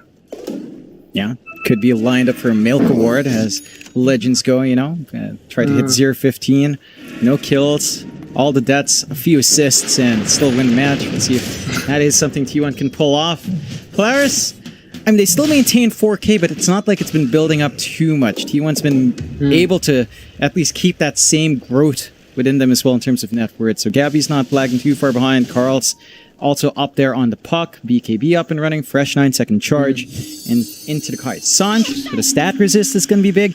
I do get a little bit worried for Polaris, right? Like, puck towards late game is actually a menace. Level 20 talent up into 25 piercing spell immunity. That fixes a lot of T1's issues. And he's also got the ceremonial robe, so that's an extra reduction of 10% for them. His magic resistance as well as stats resistance with the Kaya. So he is doing a significant amount of magic damage, even against all these, you know, Glimmer, Capes, and BKBs, as well as Natsumi's, Mage Slayer. So Carl's still a threat. Roshan's up at 40 seconds. I don't think Polaris will push the issue until they have the second Aegis. You know, they're like, let's get second Aegis, secure the game. You win this, you're in the lower bracket finals. You lose this, you have no chance of going to Ginting. So this is a big match for both teams. Yeah, they've got to find a way to carry through both sides. Last game for the lower bracket series here. Refresh already up on Cuckoo, so you know, the Razor does hit its stride, still not too durable. Don't have anything like a casual plate mail to sustain through the damage of Natsumi. Polaris are just camping around Rush, waiting for the respawn. They know the timer, only a few seconds away. T1 should be able to get a read. They are grouped up for the smoke, might be able to get a good scouting out. Natsumi backs off before he sees Roshan back up. So I don't know if they saw might it. miss out. Yeah, I don't know if they know. There's no pings or anything. Natsumi might need to walk in again here. Full smoke by T1. Ooh, that could have been a thing. Xavius breaks the smoke. Very nicely done. T1 forced to go down onto the triangle instead and regroup. Polaris still holding their area in the jungle. Natsumi gonna go check again. He still has that DD. Jumping forward with Raging, not gonna fully commit. And the Rosh is being started by Natsumi. Still playing tag down mid, but the CK solo with a DD could find that second Rosh for the Ag Shard. Could be massive to give away to Natsumi or Lelouch for the mobility. And T1 are in the complete wrong side of the map bottom. When they're down bot, they just snuck away with a smoke. Yeah, this is going to be an issue for them because this might be the side, the thing that Polaris needs to go high ground, and he wants to kind of give it away for free. They misjudge where Xavius is. Xavius kind of freaked them out. Is that? Oh, that's confusing. I was like, this is going to take it. So nice shard for the Chaos Knight as the Aegis in the pocket. It's still not a massive lead for Polaris. Like, you look at the net worth, Carl's right up there, Gabby's right up there as well. Cuckoo's suffering a little bit, but still not the biggest deal. It's really the supports that's actually the only real difference in net worth comes from the support. Through that 5K, 3 of it's from Xavius having an absolutely stellar game. He's got 4 staff, Blink Dagger, and he's going to go for an Aeon Disc in a second as well. Just going to be able to provide all that utility out for Polaris. Another smoke out from Polaris this time. Looking for the chase. They only really see Whitemon, as you mentioned, not really a priority target 096. They clear out the tier 2 down bot for T1. So Gabby's getting some room to kind of get the damage off. Does have the Scotty up in Morphling. So he's got a good amount of stats, great damage coming through. Can mitigate some of that healing coming out. Carl being sneaky. No ward to watch. You managed to at least stop that. Xavius, again, just playing tag up top as well. Holding back the high ground push that T1's trying to split up. And Polaris, I mean, what is it that we have to see from them? They've got the Aegis for 3 minutes 40 here. What should they achieve with that? I mean, Polaris, they want to push. They'd like to go high ground. Well, what happens is what you just saw. You know, Carl pushed bottom lane. Then someone's like, all right, gotta defend it. They don't want to take a fight with less people. Like, you can tell when a match has so much online, teams are a little bit more careful. They're not going to go in with only 4 people high ground. They want to wait for everyone. So Polaris, if they could get a kill on a Carl, that would be the best thing they could get for them to push high ground. Carl has BKB though. Smoke breaks, instantly stunned up, Gabby? avalanche toss as well. Golem grab as well. Oh, Gabby's no. just gone. Just instantly taken away. The chain stunts are perfect coming out from Polaris, holding him down long enough. That was a BKB pop from Natsumi. But the tips are out. No buyback on Gabby. This could be their opening for high ground. Xavius hunting for more, but T1 has managed to retreat fully. Raging is still straggling here. No blink out though. Cuckoo kind of just Immediately looking for the pushes top split lane. push. They are still hunting, diving into the high ground here. Catching out Carl. The Remnant tanked out by Whitebond. Luna's job is to support. BKB popped open by Carl. Tossed back by Xavius. Onto Raging is going to be a sitting duck. Taken away as they drag Cuckoo back in. Avalanche does not do much with the BKB, but so does the static link. Just doesn't achieve much with a 4 stabs up. Half Force the duration buyback exorcism on though. Not too much time left in the XO. No creep wave as well. It is coming in now. But the Aegis still stands for 2 minutes. They forced the Fortify out early as well. But they Good Fortify defense by back to T1. hold on to this creeps. Buyback from Raging. They want to find that opening. Upheaval being channeled by AU in the back line. Dream Coil already. They have the Dispose combo onto Lelouch. They force that him away. Does have the ults to save. Cuckoo with a BKB once more on the refresh. But they still lose Raging. They take out the Aegis on Natsumi, but here comes Lelouch on to re-engage, taking out Cuckoo. No buyback on him as Natsumi jumps forward. Once Carl will find him. God. A triple kill on Godlike for Natsumi. Onto the racks they go. And it's Gabby against the world. No buybacks left for T1. They could try to rush for the tier 4s. They've got the damage and they will do so. Polaris sensing that opening. And Gabby, I mean, he's got all the farm in the world. Sure, not as much as Natsumi, but he hasn't been a factor. He's been caught off guard way too much. Yeah, he's literally 1, 3, and 0. It's very unfortunate. Oh, he's gonna comes go in for it. BKB trying to make a last Can he stand do here. it? Might find Natsumi. The toss away and the Glimmer Cape saves Natsumi. The BKB as well to dodge the damage. And they're still onto those tier 4s. Natsumi No gonna be BKB healed on Gabby up. now. No BKB on Gabby as well. He does And have a the push chaos. just keeps going. Buyback on Carl. No Dream Coil yet. Avalanche does not connect. Yules is there to save BKB out on Carl. But there goes Gabby back in without the BKB. Doesn't really find anyone. Does dive. He's gone. The GGT1 out of the running for Genting and Polaris. This lineup that struggled in Div 1, that didn't find a series win, beats out a team that was in the major in Stockholm. Dude, my God. I mean, look, I thought it was going to be a good defense from them because they were able to sort of hold them back. But then Raging Potato, he buys back, falls right when they kind of need him. It all comes down to like a couple of moments in the game. And one of them, like that moment with Gabby when he went to, there was no vision there. There were no wards there. So he gets caught and loses his life. No buyback in that situation. Polaris, they smell blood. They had the Aegis. They wanted to push anyway. They get the kill on the enemy carry. They're like, let's just go. Let's just go, go, go. They take full advantage of that. And that was basically it. Polaris, that was all the opening that they needed to win the game.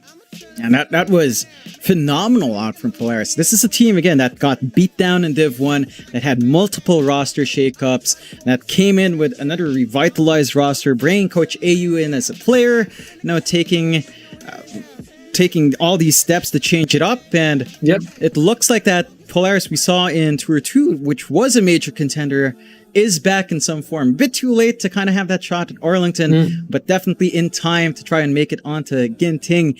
And we already know who Polaris is facing off against tomorrow. They will Yes. be up against Talon. How do you feel about that matchup potentially coming out here for the lower bracket finals? I think Polaris could surprise us. I mean, I went into this match saying, you know what? T1 looks better. Like I was just going to say, T1's better. And no, Polaris outplayed them. And honestly, Lelouch, God, man, that it all comes, like we said, it all comes down to that moment where he kills Gabby, then they go and kill Cuckoo, and then they take the mid lane. That was insane. They were able to get the Roshan right after. It's so crazy because other than that, T1 played like they were keeping up, but that was a huge move by Lelouch. So I think they can take it. I'd be impressed. I look forward to the match tomorrow. Yeah, I mean, we saw some big plays coming out from Polaris. For T1, again, just to tie up the series, what went wrong? Because it looked like they had such a great game 1. Maybe game 2, you can blame it on flexing the lanes a bit. In game 3, I mean, they go for the Gabby special in the Morphling. He has a lot of farm, but he just doesn't have that impact. I mean, what happened?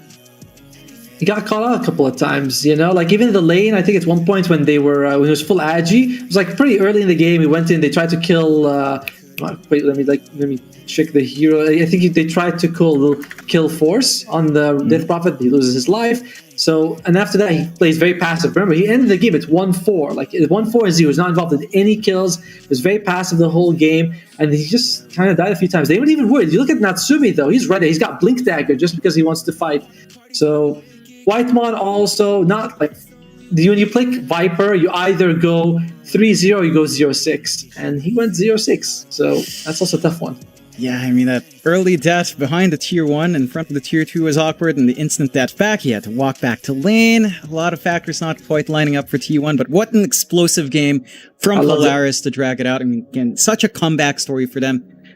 They had a great time before Tour 3, like they were champs of the BTS Pro Series. Tour 3 kind of floundered, coming back in form for this qualifier, and we'll see if they have what it takes to beat true talent and face off against Bloom in the Grand Finals. That is tomorrow. That is all for tonight in the Southeast Asian closed qualifiers. It's John Xfire here along with Automo, and we'll catch you guys next time. Hopefully, there are more games coming up. There are other regional qualifiers as well, so make sure you are following the channel for more, and we'll catch you guys next time. Good night, everyone. See you around.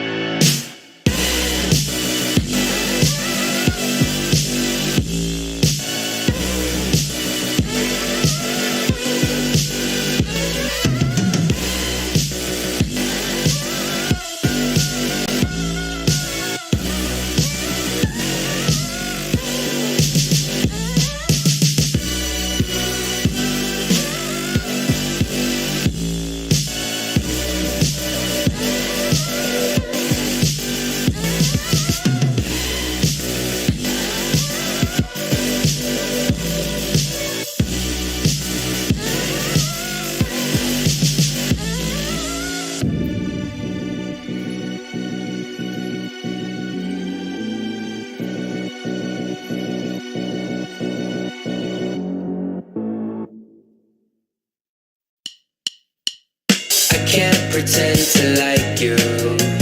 I hope you feel the same. I take a chance and not lose. I can't pretend to like you. It's just I never thought you were sitting next to me. I don't understand. It's just I never seen you